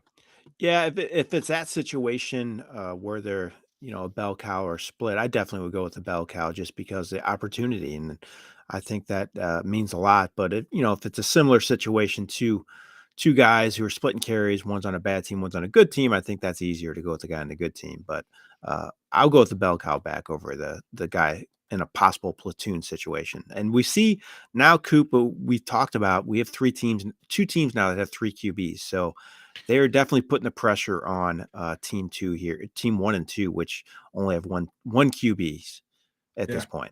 I mentioned that, like the Riddler went with what I had mentioned last round as something I would do, which is, you know what? I waited on QB and they're going to let me take 2. So I'm going to put the screws to these guys and I'm going to say, hey, you know what? Brock Purdy, Matt Stafford. Now all I need is one of those guys to be the guy. And I mean, I've watched Brock Purdy. I don't know if it was a barrage or what. I watched Brock Purdy come out last year and lead that team to a bunch of wins in a row and have 2 touchdowns, 2 passing touchdowns in every game. He had 2 passing touchdowns in every one of those games, at least 2. So it's not crazy that Brock Purdy might just be good. The team is amazing. That's the part of it that has me drafting Christian McCaffrey and has me drafting Purdy, is that how many teams out there do you look around and say, this team not only has one of the best players at some of the positions, but the best player, right? They have the best running back. They have the best fullback. They have the best left tackle in Trent Williams, right? They have arguably the best two-way tight end in George Pickens. They have arguably one of the best pass rushers in Nick Bosa. Like, there's 32 teams, and this team happens to have like 5 dudes that are the best at the position. That's why Brock Purdy, for me, all he has to do is stay alive. And, he's cracking two quarterback lineups all day long, right? I agree. He was so consistent last year. Even if his passing numbers weren't great, it didn't matter. He was scoring touchdowns on a weekly basis. And you can't forget to mention, too, Deebo Samuel and Brandon Ayuk. I think they're two of the better receiver duo. That's one of the better receiver duos in all of football. I think Ayuk gets overlooked at times, but man, he had a big season last year. Apparently he's in great shape this year as well. And Samuel had a down year. He was kind of banged up last year. So I think that kind of played into it as well. So if he comes back healthy and you have those two as well, man, that's a potent offense. Like you said, they're one of the most talented teams in all of football. Definitely. Yeah, I guess you could say whatever it is, whatever position it is that Deebo plays, he's the best at it, right? Like, he's the best. Actually, I guess maybe Austin Eckler is the best at that position, but the hybrid. But like, whatever it is Deebo is, you could argue that he's the best at it. I mean, there's how many other guys are getting 5 targets and getting 3, 4, 5 carries? And I went back and looked at it. Even when Christian McCaffrey came back, he's getting a carry or 2 a game minimum. Mm-hmm. So the problem that I run into with Deebo and why I'm not really drafting him in this format is I hate the idea. I like consistency. I talked about it with Deontay Johnson. I like to be able to set my lineup and say, this is what I expect from this player. And with guys like Taysom Hill and guys like Deebo Samuel, I know they're going to do something interesting and do something special, but the question is when, right? Like, it's interesting for DFS to say, hey, maybe this is a week that he has 2 receiving touchdowns and a rushing touchdown. And the format really where these guys crush is best ball, right? Where you get all the good and none of the bad. The problem I run into is saying, okay, you can't look at the opponent and say, now would be a good time for Taysom Hill to score a wildcat touchdown, right? Or like, this is going to be the week that Deebo had, he doesn't have 2 carries for 4 yards. This is the week where he has 4 carries for 55 yards and a touchdown. It's just, there's nothing that I can look at analysis wise to tell me now is the time. And that's why I shy away in these leagues where I set my lineup. You know what I mean? Yeah. And even if you I mean, if you end up drafting Samuel, you have to play him every week too. You have to. Hill at least is a guy you can platoon, but Samuel you got to play every week. And you're right, he can be scary, a little bit of a headache, disappearing at times. I'd rather go with the consistency as well. Yeah, Hill's kind of a sore subject around here too. Can't bring him up. I mean, he just changed his position again. He screws everything up for us over here. We mentioned today. We just wish he would retire. That's what we said. No, I swear, the platform community and the tight end community, we need to come together on this, because people they're asking me, they're like, where do you rank Taysom Hill? And I look at my spreadsheet and I'm like, it's week 13, and I'm like, this guy's 4 targets. I'm like, where do you want me to rank? What do you want me to do? Like, what do you want me to do? I have him ranked in the same spot that I have him ranked every week. If the building's on fire, then start Taysom Hill. Otherwise, start a normal player, right? So, like, yeah, I'm with you, man. No more Taysom Hill. Get him out of here. Or the best suggestion I ever heard was treat him the way the DH is treated in fantasy baseball, and just designate him flex, and you could start him. Yeah. I like that. Yeah. Oh. So he's just the flex, just like you have the DH spot in fantasy baseball, and you can start anybody there, first baseman, second baseman, but you can only start DHs there.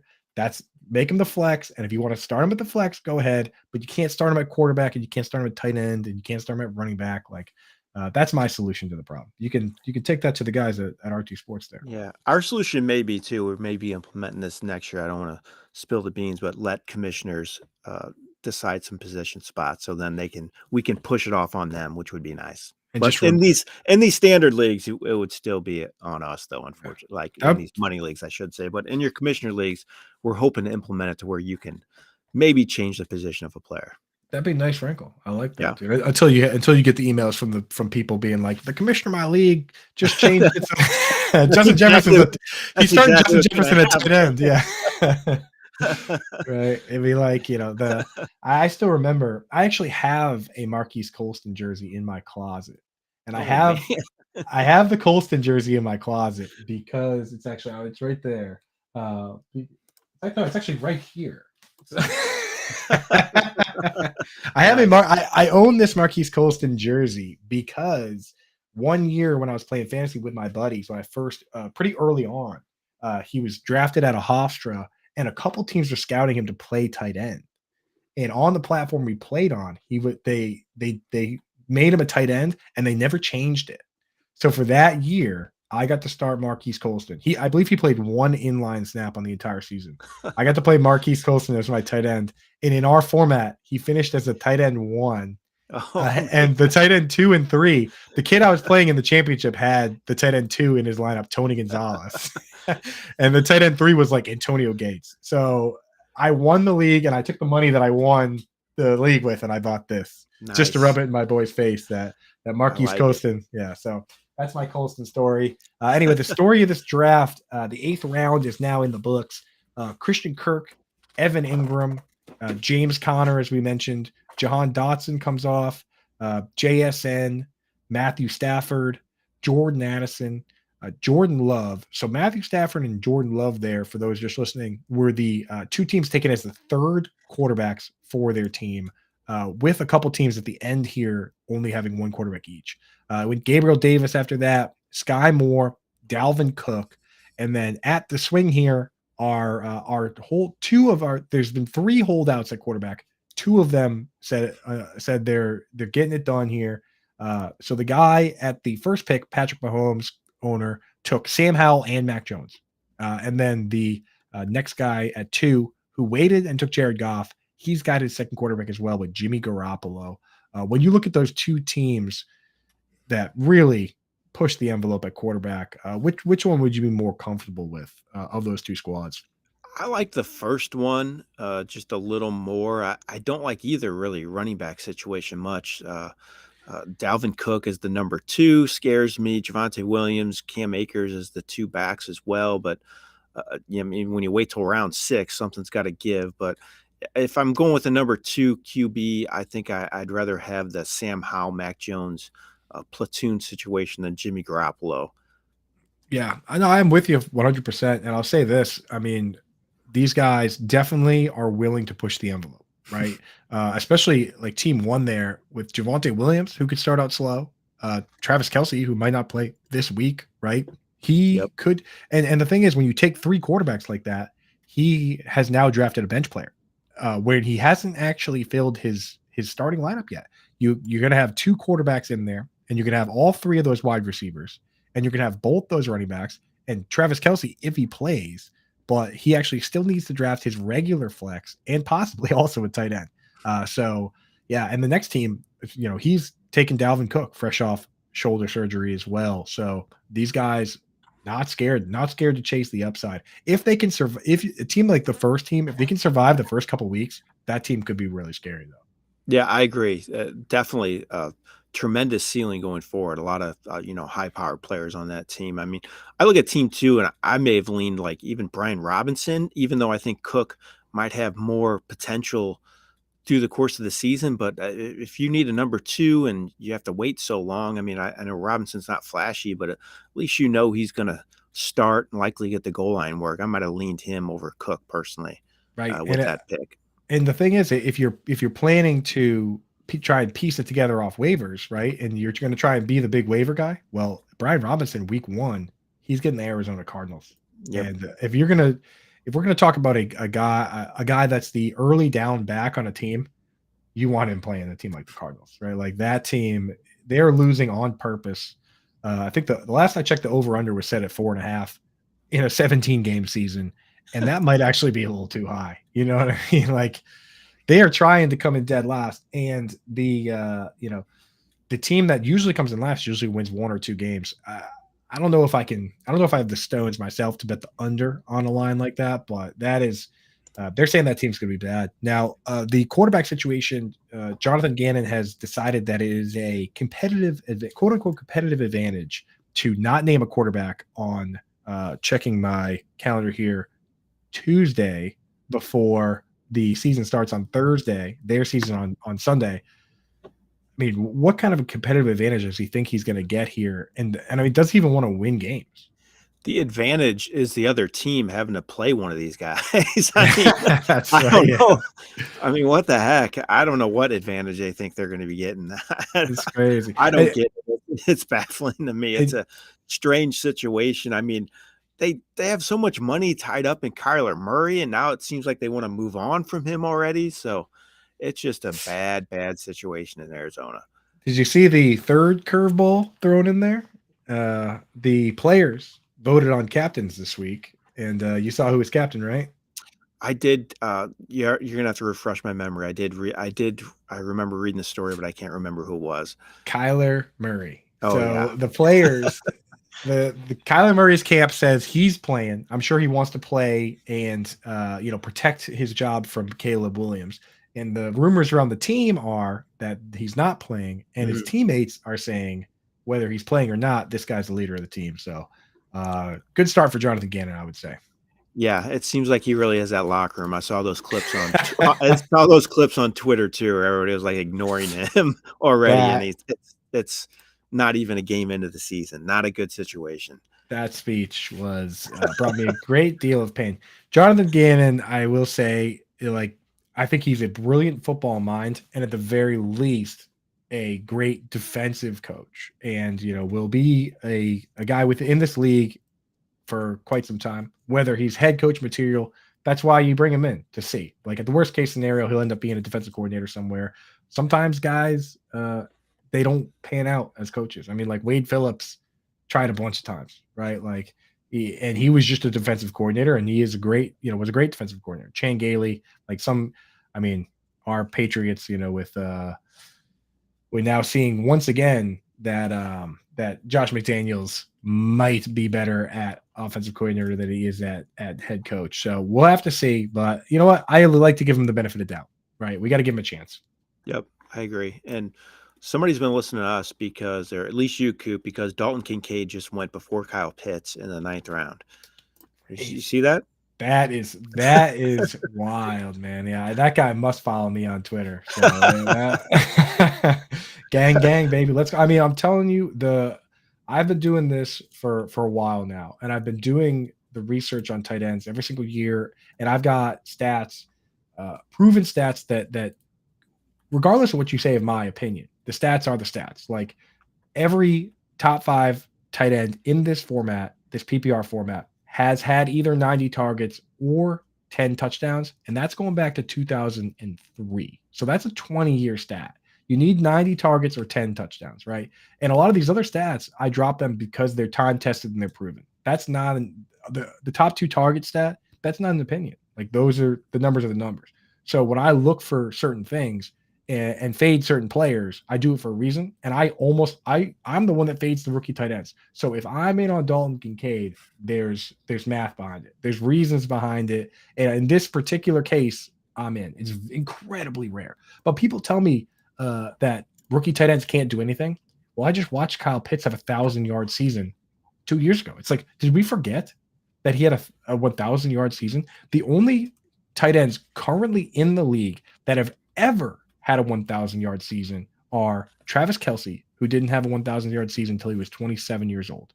Zach Ertz, he has one 1,000-yard season. It came when he was 28 years old. He needed 150 targets, right? Kyle Pitts had one just last year, the year before last, at 21 years old. Darren Waller, George Kittle, and Jimmy Graham, because Jimmy Graham technically is in the league and he's on the Saints. Those are the guys, man. Like, that's it, dude. Dallas Goedert never had a 1,000-yard season. TJ Hawkinson has never had a 1,000-yard season. Hunter Henry, like, go around. Evan Ingram, these guys never had a 1,000-yard season. Pat Freiermuth, but Kyle Pitts has done it, and he did it at 21 years old. Dalton Kincaid, there's a possibility if he's going to play the slot for Josh Allen, like Brandon Beane says, there's a possibility that he has the best fantasy rookie tight end season we've ever seen. There's a world where that happens, and I think we might be living in that world. That's all I have to say. That's all. And I think you're right with its usage too. Kincaid's going to be used different than most rookie tight ends if he's used out of the slot, and that's kind of how they used Pitts as a rookie as well. He wasn't as in line as much as some of these other guys. So I think you got to look to see how these guys are getting lined up, and I think it's a great call on Kincaid. I have a lot of stock on him as well, so I hope that you're right with that call. Right. It's him. In my opinion, what you have here is the setup is going to look it's going to look more like the Eagles with Dallas Goedert in line. That's going to be Dawson Knox and Dalton Kincaid trying to be Zach Ertz out of the slot. Right. So the game for me is not it's not Kincaid versus Knox. In fact, I think now people, I hesitate to say this stuff on my Twitter because people don't understand where I'm coming from. But on a show like this, we could talk about it. I think it would actually be bad for Dalton Kincaid if Dawson Knox were to get hurt. I think it's straight up. People are like, oh, well, if he gets hurt, it's wheels up. I think that would actually be bad. We don't want Dalton Kincaid putting his hand in the dirt and to have Khalil Shakur or Deontay Hardy playing the slot. We want our guy in the slot. We want the clunky guy in line to, hanging out over there. We want it to be Stephon Diggs, Gabe Davis, Dalton Kincaid. Those are the wide receivers. And one of those wide receivers I can start in the tight end spot for my fantasy league. Oh, yeah, wheels up, dude. And I'm willing to be wrong just for the upside. I'll chase the upside. So enough about Dalton Kincaid. Let me break down this round for you guys. Those just listening, round 9, Mac Jones, Jimmy G. We already talked about those two guys. Brian Robinson, David Montgomery off the board, George Kittle, Zay Flowers, DeAndre Swift. The big one you mentioned, Dalton Kincaid goes one pick before Kyle Pitts in the 9th round here. A couple teams taking their third quarterback here with Ryan Tannehill and CJ Stroud, and then Marquise Brown to wrap it up. So, a couple guys taking their third quarterback there. We talked so long though, we weren't able to hype up the last team taking their second quarterback. And they finally did. The team with Kirk Cousins takes Bryce Young. Going to have a rookie QB in his lineup. Jeff, what do you think about that? Yeah, I'd feel better if I had, Jalen Hurts or Josh Allen's my number one, but having Kirk Cousins, Bryce Young as your duo, that's scary. And that was a necessity pick at that point because, like you mentioned, there was two teams that took their third QB at the end of the 9th round. So there is not much left. He had to pull the trigger to get Young. Otherwise, he could have been left with who knows who. Yeah, it's crazy. Is the other part of it is that we talk about how you don't have to start because it's not 2 QB at Superflex. You don't have to start a quarterback, but he also drafted Jackson Smith and Jigba, who has a broken arm. And I don't know, is he playing? The reports are good that he's already out on the practice field and that he's looking good for week 1. So I think there is a possibility. Yeah, so he's either going to be starting a rookie fresh off a broken arm in that flex spot, or he's starting a rookie quarterback. I think I just start Bryce Young. What do you think? Yeah, I would just start Bryce Young. I mean, even if he, has a terrible game and ends up rushing for 50 yards, though, you're still getting double-digit points most likely. So it's Right. still better than Najigba getting you, 3 catches for 50 yards. Right. Exactly. So yeah, I'm there. So yeah, a lot of these.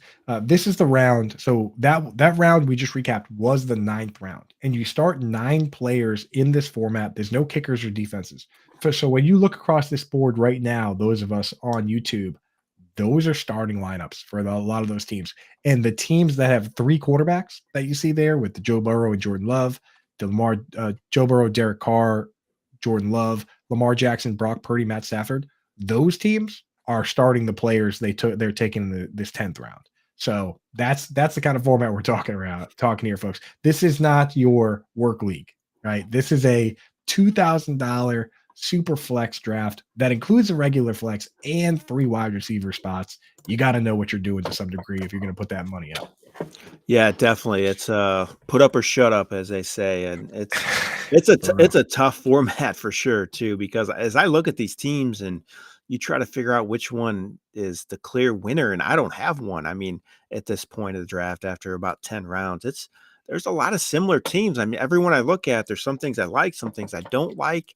It's tough to pick. Is there one that you're seeing that you're looking at that you kind of stands out to you at all?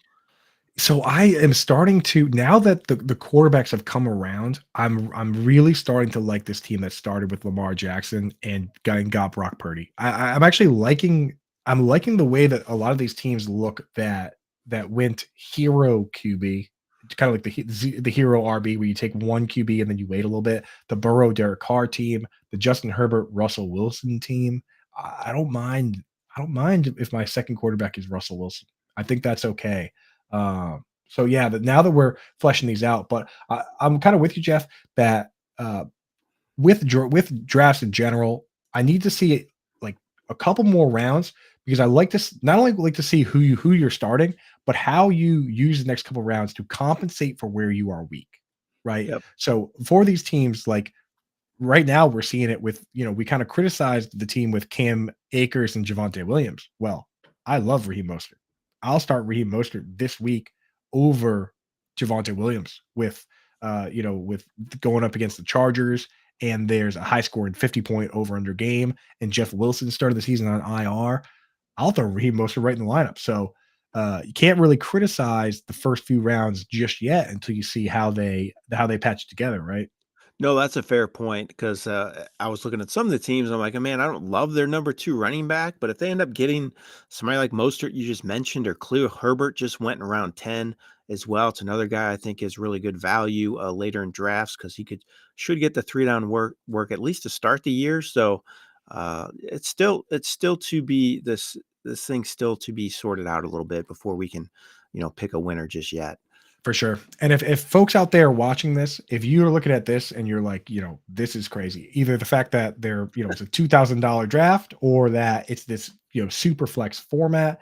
If you go on RT Sports, you can either join leagues like this or you can create your own. You guys have crazy custom settings, right? You guys have a ton of different options. As some of the most customizable stuff. So right now, if you go over, use promo code alarm23, you can get set up. They'll match 100% of your deposit up to $200, and you can go and make your own leagues like this. But Jeff, you guys can do all sorts of crazy stuff over there, right?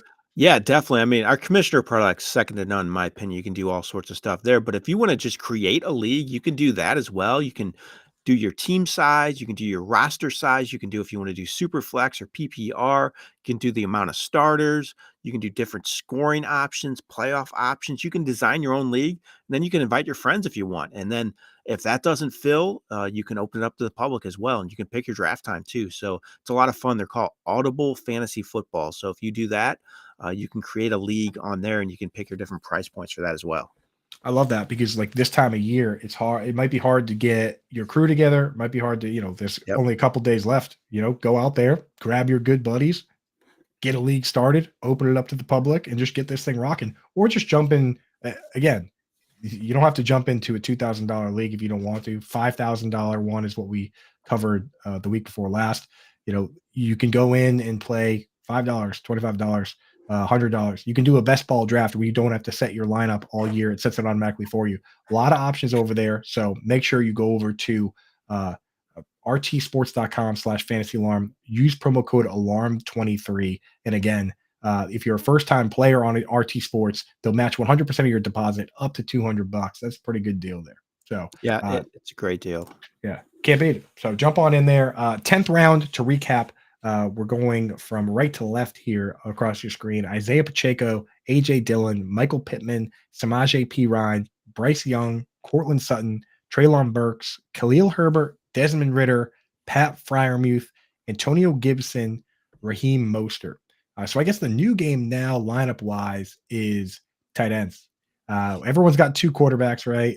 Now we're back to the classic tight end waiting game. We got two teams that don't have anyone yet. And I'll say this, waiting on tight end, and again, you got to know your room, know your format, know your people you're playing with.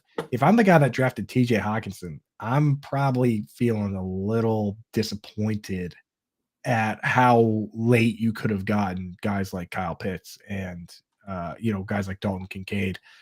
There has been some info on Kyle Pitts that trickled out a little bit, where beat writers have been saying he's going to be an inline tight end, and he might be fourth on the team in touches behind Drake London and Bijan and Tyler Algier. Even, I mean, that scares you a little bit. But I mean, are beat writers really that in tune with who's going to get touch totals? It's hard to say. I agree with that. I was a little taken aback by that when I read that as well, but I don't know if I put a ton of stock into that. I put more into it if they're, I'd rather hear the practice reports on how they're doing in training camp and how they look and what type of shape they're in, and if they're, torching defenders on a daily basis. I'd rather do that than having beat writers predict the touches. Now, I will say, when it comes to Panthers, if it were Dio Ledbetter, the Orlando Ledbetter, he's one of my favorites. He's a beat writer over there. He's a funny guy, and he's really plugged in. If he were to come out and say that, maybe I would listen on that one, because I do know that he's pretty plugged in there. He's a funny guy, but outside of that, I don't know. So we'll have to see on that. I'm still taking Kyle Pitts, but my policy. I don't care about the floor. All I care about is the upside. So of course, Kyle Pitts is going to be a guy I'm considering. Right? There's your guy that just came off the board, David Njoku. That's good value, huh? Yeah, I like that. Round 11. Like you said, I think that guy who took TJ Hawkinson in round 5 might be scratching his head a little bit, being able to get Pitts and Kittle 4 rounds later. Like you said, though, it's hard to know the room when I'm guessing most of these guys don't know who these owners are. They may have drafted with them before. On our site, we have a lot of people that are in a lot of leagues, and so you see some familiar names, but for the most part, you don't know anybody you're drafting with. So it's tough to get a gauge on how certain positions are going to be filled out. Right. Exactly. Yeah. Again, if you were to do 10 drafts with me, which some of our Fantasy Alarm members have, if you are a Fantasy Alarm member and you're not set up with the Discord, definitely go over there and get set up with that, or hit me up on Twitter at Coop A Fiasco, COOPAFIASCO, and say, hey, I'm a member and I need to get in the Discord. I'll get you set up. You can do drafts with us. We do them all the time. We do them on RT Sports. We do them on a bunch of different pages. But I'll tell you what, if you do 10 drafts with me, I'm not drafting the same players every time, because there's a lot of strategy. There's a lot of moving parts. There's a lot of different builds. So you can never truly know what somebody's going to do. If even in these high stakes ones, if you draft with, say James Huntley one time, very next time you might do something totally different. So can never be too sure. I agree. And a lot of times what I do is I test different formats out to do different things I normally don't do. I take a tight end, Travis Kelce with my first pick, and then maybe back that up with Mahomes and then see what my team builds like. And if I don't like that, I'll never do that again. Or if I go 3 receivers to start my draft, it's live and learn. You got to test different strategies out and see what works the best for you, and then go with that when the money's on the line. Exactly. And if you only do one draft, that's why you hang out here with us and watch a few of these ones. If your draft is on Wednesday night, go, watch this one, you can get all the sleeper picks they're about to make here, and then go back and watch the one that you, me, and Britt Flynn did, which is a single QB league, and you could say, hey, you know what? Here's where I was. If you watch this one, say, oh, I'm surprised to see Dalton Kincaid go early. He went early in the other one too. So these sharp guys, they're not messing around. They're willing to take some risks. They're willing to see what can happen here. So here's the most recent round that just went, round 11. Elijah Moore, Michael Thomas, Devon Achane, Brandon Cooks, Zach Charbonnet, Quentin Johnston, David Njoku, Jalen Warren, Juju Smith-Schuster, Kadarius Toney, Elijah Mitchell, Jacoby Myers. Now, with Juju coming off the board, I got to ask you, Albert Breer recently said that Juju Smith-Schuster's, and this is a direct quote, so I don't want you, Jeff, to think that, or anyone listening, think that this is something that I am saying. Albert Breer's quote was that Juju Smith-Schuster's knee could explode at any time. So what do you take of that? I mean, what explode at any time? I saw that. That's a little disheartening. I mean, I wasn't huge on him to begin with, but I do think some targets are there to be had for him just based on the receiver room. I think they're really going to target the tight end a lot this year in New England, but somebody else has to catch passes, and Juju could be the guy that plays that Edelman or Wes Welker role in that offense to get the targets. So if he's out there and playing and healthy, I think he's a guy to take a chance on around 11. But like you said, I saw that report as well. It's a little scary. Don't like that, especially because the Patriots had Jacoby Myers, who seemed to me plenty good at being the Jacoby Myers on that team, and they decided to let him go and pay somebody else to come in and play that same role. So, man, I would have been happy if Juju was just Jacoby Myers, which is a player that I liked. This is as a Patriots fan. But, if he can't stay healthy, I think, as you say, targets to be had. The last time that Bill O'Brien coached this team, 2011. Now, again, the quarterback at the time was Tom Brady. The tight end was Rob Gronkowski, that finished as the tight end 1. The other tight end was Aaron Hernandez. He finished as the tight end 3 in fantasy football. And all while that was going on, Wes Welker got 173 targets. So we've seen this particular offense, two of the best offenses of all time, 2011 Patriots and 2007 Patriots. Bill O'Brien was a part of that, but probably the biggest part was Tom Brady. That said, if they're trying to build something similar with Mac Jones, Hunter Henry as Gronk, Mike Gesicki as Aaron Hernandez, and Juju in that other role, he was in line for probably the most, outside the quarterback, maybe the most important role on this team. So if his knee is going to be a problem, this team is going to be in big trouble. Yeah, I agree. They're really, really, really thin after him at the receiver spot. Like you mentioned, I like Jacoby Myers. I thought he was a solid player and a good fit for that team as well. And I was kind of surprised that you let him go and sign Smith-Schuster, who's kind of been a shell of himself the last few years, quite frankly. And I guess they're hoping he rekindles some of that past magic, but I might have gone with a younger guy who knows the offense over him. Right. Yeah, correct. Yeah, you got to trust in their evaluation and what they think is going on. And maybe, there's also the possibility that Josh McDaniels maybe overpaid Jacoby Myers too, where when you look at the contracts and how close they are, maybe it wouldn't have been that close. But even then, it's concerning to say the least to have this guy come in and already be hurt before the season even starts. So we'll have to see what happens there. But that's enough Patriots homerism for now. Right? So now we're seeing a lot more risks being taken, a lot more hype players being taken. We talked about Michael Thomas. You and I probably on different sides of the fence on where he can be on that. I'm holding on to my dusty memories of what Michael Thomas was a couple years ago, but I completely understand the risks there. And also new quarterback, Chris Olave, the whole gang. You're seeing rookies coming off the board with Achane, Charbonnet, Quentin Johnston. You're seeing Jalen Warren come off the board, which is this year's Twitter hype machine, I would say. And then injured players like Juju dealing with a knee, Kadarius Toney dealing with a knee. So a lot more risk being taken here, but this is the risk-taking range if you didn't take risks earlier. Some of the teams that took the risks earlier, they got to circle back and take the Raheem Mosterts, where that's what happens if you played it safe earlier. Now you can take the risks. Yep, definitely. And Team 5, I kind of like what he did with getting Charbonnet. He has Kenneth Walker in round 5, so you got the handcuff there. In round 11, I kind of like the way his team has rounded out, if not for Kupp.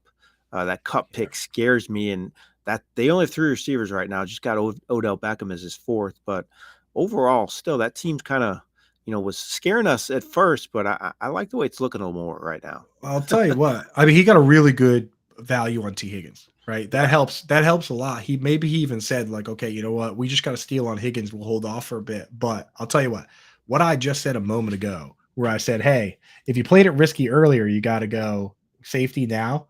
And that Team 5, he just said, nah. Right? he took Cooper Kupp, and I'm thinking to myself, okay, Kupp is almost certainly out. The next person's in his lineup. He should go with somebody safe here. He takes Odell Beckham Jr. So he doesn't care one bit about safety, huh? No, he's going for it. He has George Kittle too, so that's another risk, right? Another big risk. He's going for it all in a 15-round draft. It's crazy to think that the next couple picks might be in his lineup this week, right? Like Miles Sanders dealing with a let's not forget he's dealing with a groin as well. But if Cooper Kupp and George Kittle don't play, then he's looking at taking a tight end that's going to be starting for him, and who knows with Odell whether he's willing to start him right now or not. What are your thoughts on Odell, and I guess just on the entirety of the Ravens wide receivers?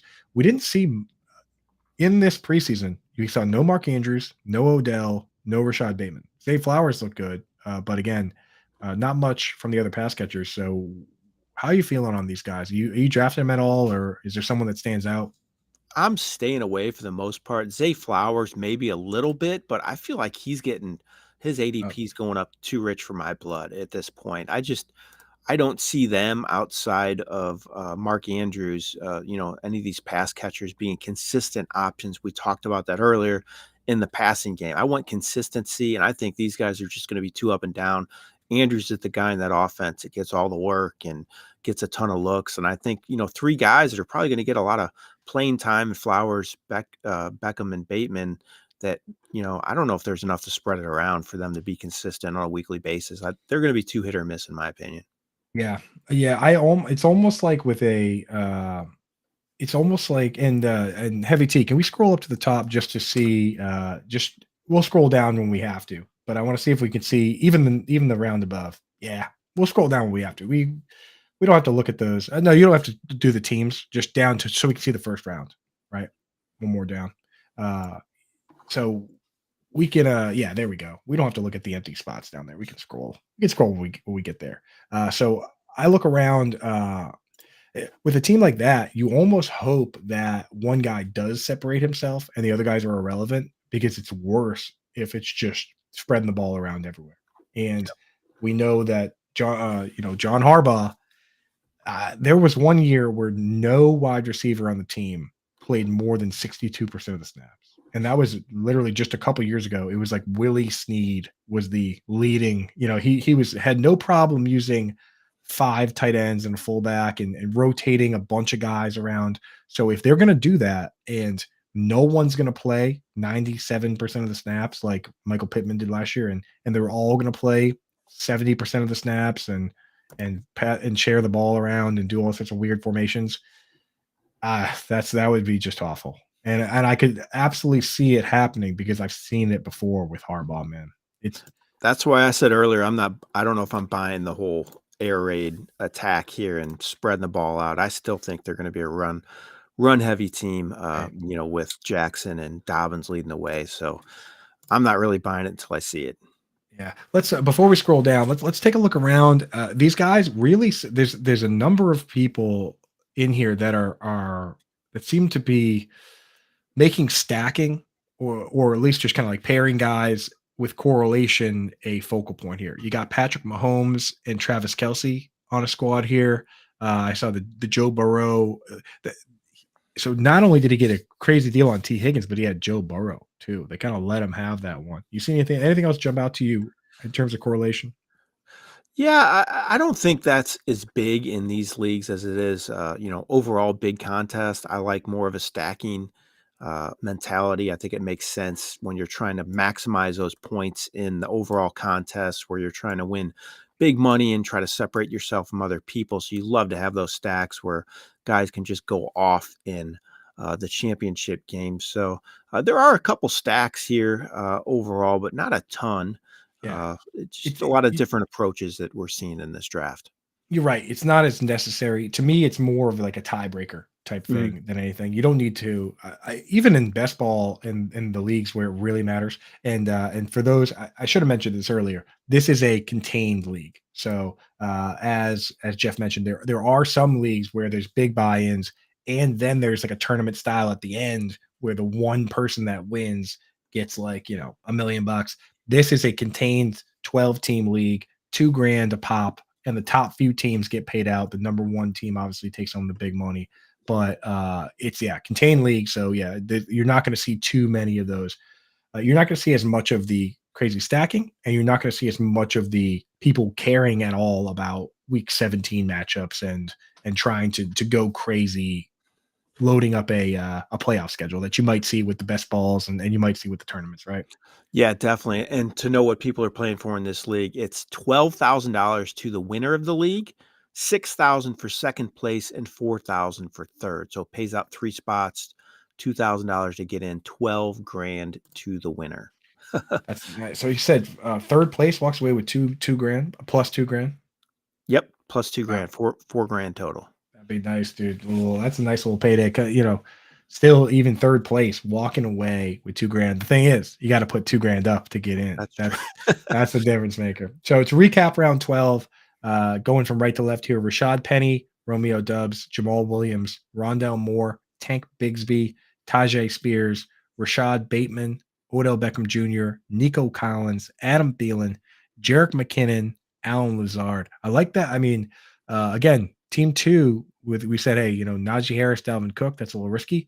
Antonio Gibson, Jerick McKinnon in a full PPR league, you can probably pull an RB2 out of there. You could definitely pull a I flex agree. play. So Yep, I agree. I like McKinnon, especially early in the season. Pacheco's banged up a little bit, so maybe McKinnon gets a little more run early in the year as well. And he's kind of underrated at times because I don't think it's just going to be a backfield where Pacheco dominates. We know what the Chiefs have done the past few years. It has not been that way, and I expect it to be the same. And they really like McKinnon. We saw what he did down the stretch last year. He really carried a lot of fantasy teams during the playoffs. So don't discount him to have some big games. right, he had 71 targets, right? So Eric Bieniemy calls 71 targets to Jerick McKinnon. Team two says that sounds pretty good to me. And hey, while we're at it, Eric Bieniemy is now going to be the coach of the Washington Commanders. So why not grab other Jerick McKinnon and Antonio Gibson, right? So Yep. there's a thought process there. There's a method behind the madness with some of these teams. So kind of love that idea. Would love if these guys would pick up the pace a little bit, and maybe we could get this whole draft together within 2 hours. Wouldn't that be nice, Jeff? It would You be. It's a little bit of a slow draft, especially with it being, you don't have kickers and defenses. So you figured we could get this one in 2 hours. I don't know if it's going to happen, unfortunately. Yeah, we'll see. I mean, it's we're just hanging here, fly on the wall. You, as the RT sports guy, you had the keys to let us in the back door and see, kind of watch this one, what's going on. But I will say, you can't really rush guys when they're making $2,000 picks either, right? So That's true. uh, We can't run them through it. They're putting a lot of money up, and I guess you can see why some of them are taking more time than others to make their pick. Yeah, but you know what? At this stage, though, you kind of in get your guy mode. So maybe we can get through at least one more round here. That'd be nice. There's a few players. I mean, these guys are sharp. So the Tank Bigsby's of the world, the Tajay Spears of the world, they're not getting by anybody. The fact that Van Jefferson going is a recent with the Cooper Cup injury. Why not? Right, with Van Mhm. Jefferson. After Van Jefferson, is there anybody else? Obviously, Tyler Higbee. Oh my God, that's so just a bore. Just in a vacuum, I would have no interest in Tyler Higbee. But football's not played in a vacuum, and same thing with George Kittle and Pat Freiermuth. How we like them, but maybe not the situation. You got to lean in. But is there anybody outside those two, Jefferson and Higbee, that interests you at all? And for the Rams, no. I mean, Tutu Atwell, you hear some talk about him a little bit, but I think Higbee is a guy that could be good while, as much as, like you said, you don't like to watch him play out there, or he's not the best tight end in the world. But when Kupp's out of the lineup, he gets targets. And as you know, with your being a tight end guy, there's only 4 tight ends with 100+ targets last year. Higbee was one of them. Right. So he could get the work while Kupp's out, at least early in the season. So he could be a good guy, at least early in the year. But for the long haul, I don't really trust him. It pains me. It pains me because it's like, picture you see my square here, right? Picture a graph, right? And on one side there's talent and not talented, and then this way you've got opportunity and not opportunity, right? At the top corner, Travis Kelce has the talent and the opportunity, right? And then a guy like George Kittle, he's got the talent, but maybe not the opportunity. Higbee is in that corner where it's like, I don't know if the talent's there, but opportunity. And I just wish I could pick up some of these guys. I wish I could take Kyle Pitts and just move him into that spot where, can you imagine if we could trade Higbee for Pitts straight up? That would be a beautiful. Oh man, that would be amazing. I agree. That, Yeah. like you said, it's all about opportunity though. You got to be in the right situation. I look at Purdy. What would he be like on another team? I don't think he's a bad QB by any means, but he's in an opportune situation in San Francisco to just produce well. And it's all about opportunity, like you said. It's huge, man. It's everything especially for a position like tight end. With wide receiver, if teams have 2-3 wide receivers on the field at any given time, no problem. But tight end, it's tough. You could be Delaney Walker and be stuck behind Vernon Davis for 7 years, and then finally break out. Speaking of tight end, we've got a team here has not taken a tight end yet, and there's 2 rounds left. Yeah, the Justin Herbert team here, and Tyler Higbee's available. There are a couple names available that intrigue me. So I wonder if maybe he's going to finish off his draft here with the old double tap, or maybe if he's just going to. Sometimes you just have a ringer, or sometimes he's going to stream. If I was going to go yin yang tight end with 2 remaining players, this is what I would do. I would take Tyler Higbee, and with plans to start him early, and I would take Sam Laporta, or Luke Musgrave. Sam Laporta or Musgrave, and just say, hey, you know what? Let's see if we can catch lightning in a bottle with a bench spot. But that's how I would handle it if I was this guy. Let's see what he does. I mean, he could also take another guy who is not the most athletic, but has a lot of opportunity in maybe a Dalton Schultz. That's Dalton another Schultz. option. Chiga Konku's out there as well. Yeah, so I was so in on him until they signed Hopkins. That was a killer, man. But with the Treylon Burks knee, kind of banged up, I guess he's going to play, but there's a little glimmer of hope there. So we'll have to see what he does here. We're coming up on it ourselves here. We're probably gonna have to post a draft board. I know we're trying to keep it 2 hours for the programming window here. Before we do take off, I want to make sure to remind people that if this looks like the kind of league you would enjoy, and if you were looking at this board and saying, I would crush this draft, I'm amazing at this, these guys don't know what they're doing, then go over to RT Sports, use promo code ALARM23, and they'll match 100% of your deposit up to $200. If you think you could beat me, even though I knew that guy was going to take Tyler Higbee just now, get over there. I'm on RT Sports. I'm hanging out. We're doing RT Sports drafts with the Fantasy Alarm members. So get set up and get ready to go. And Jeff, let them know you guys have a ton of different contests, not just $2,000, crazy high stakes leagues, but you have a ton of stuff, right? We do. We have our big fantasy championship, which is $500,000 this year. That costs $300 to get in, but that also has league prizes. We have our best ball championships. We have our All-American games, which are just like your standard leagues. You can get in PPR Superflex. They're just $30. Play that out all season. Our best ball ones are so popular, especially at this time of year. People want to still draft. They don't want to do the league management because they've done all their other leagues with their buddies or their home league. So they just want to do another league and they want to do a draft. You can do the best ball one. You just draft your team. You don't have to worry about setting your lineup. We have different price points for that as well. So you name it, we offer it here at Real Time Fantasy Sports. Go to rtsports.com, click on that money league link. You can see all the different drafts, and they're going off around the clock at this point. We're drafting all the way up until games start on Sunday as well. So you can watch that Thursday game and then draft your team too. I know some people like to do that, take advantage of some big games there. That's right. Yeah, you get in even after that. So go over to rtsports.com/alarm. Use promo code alarm23, as I mentioned. Deposit match first-time depositors up to $200. So get in there and get it going.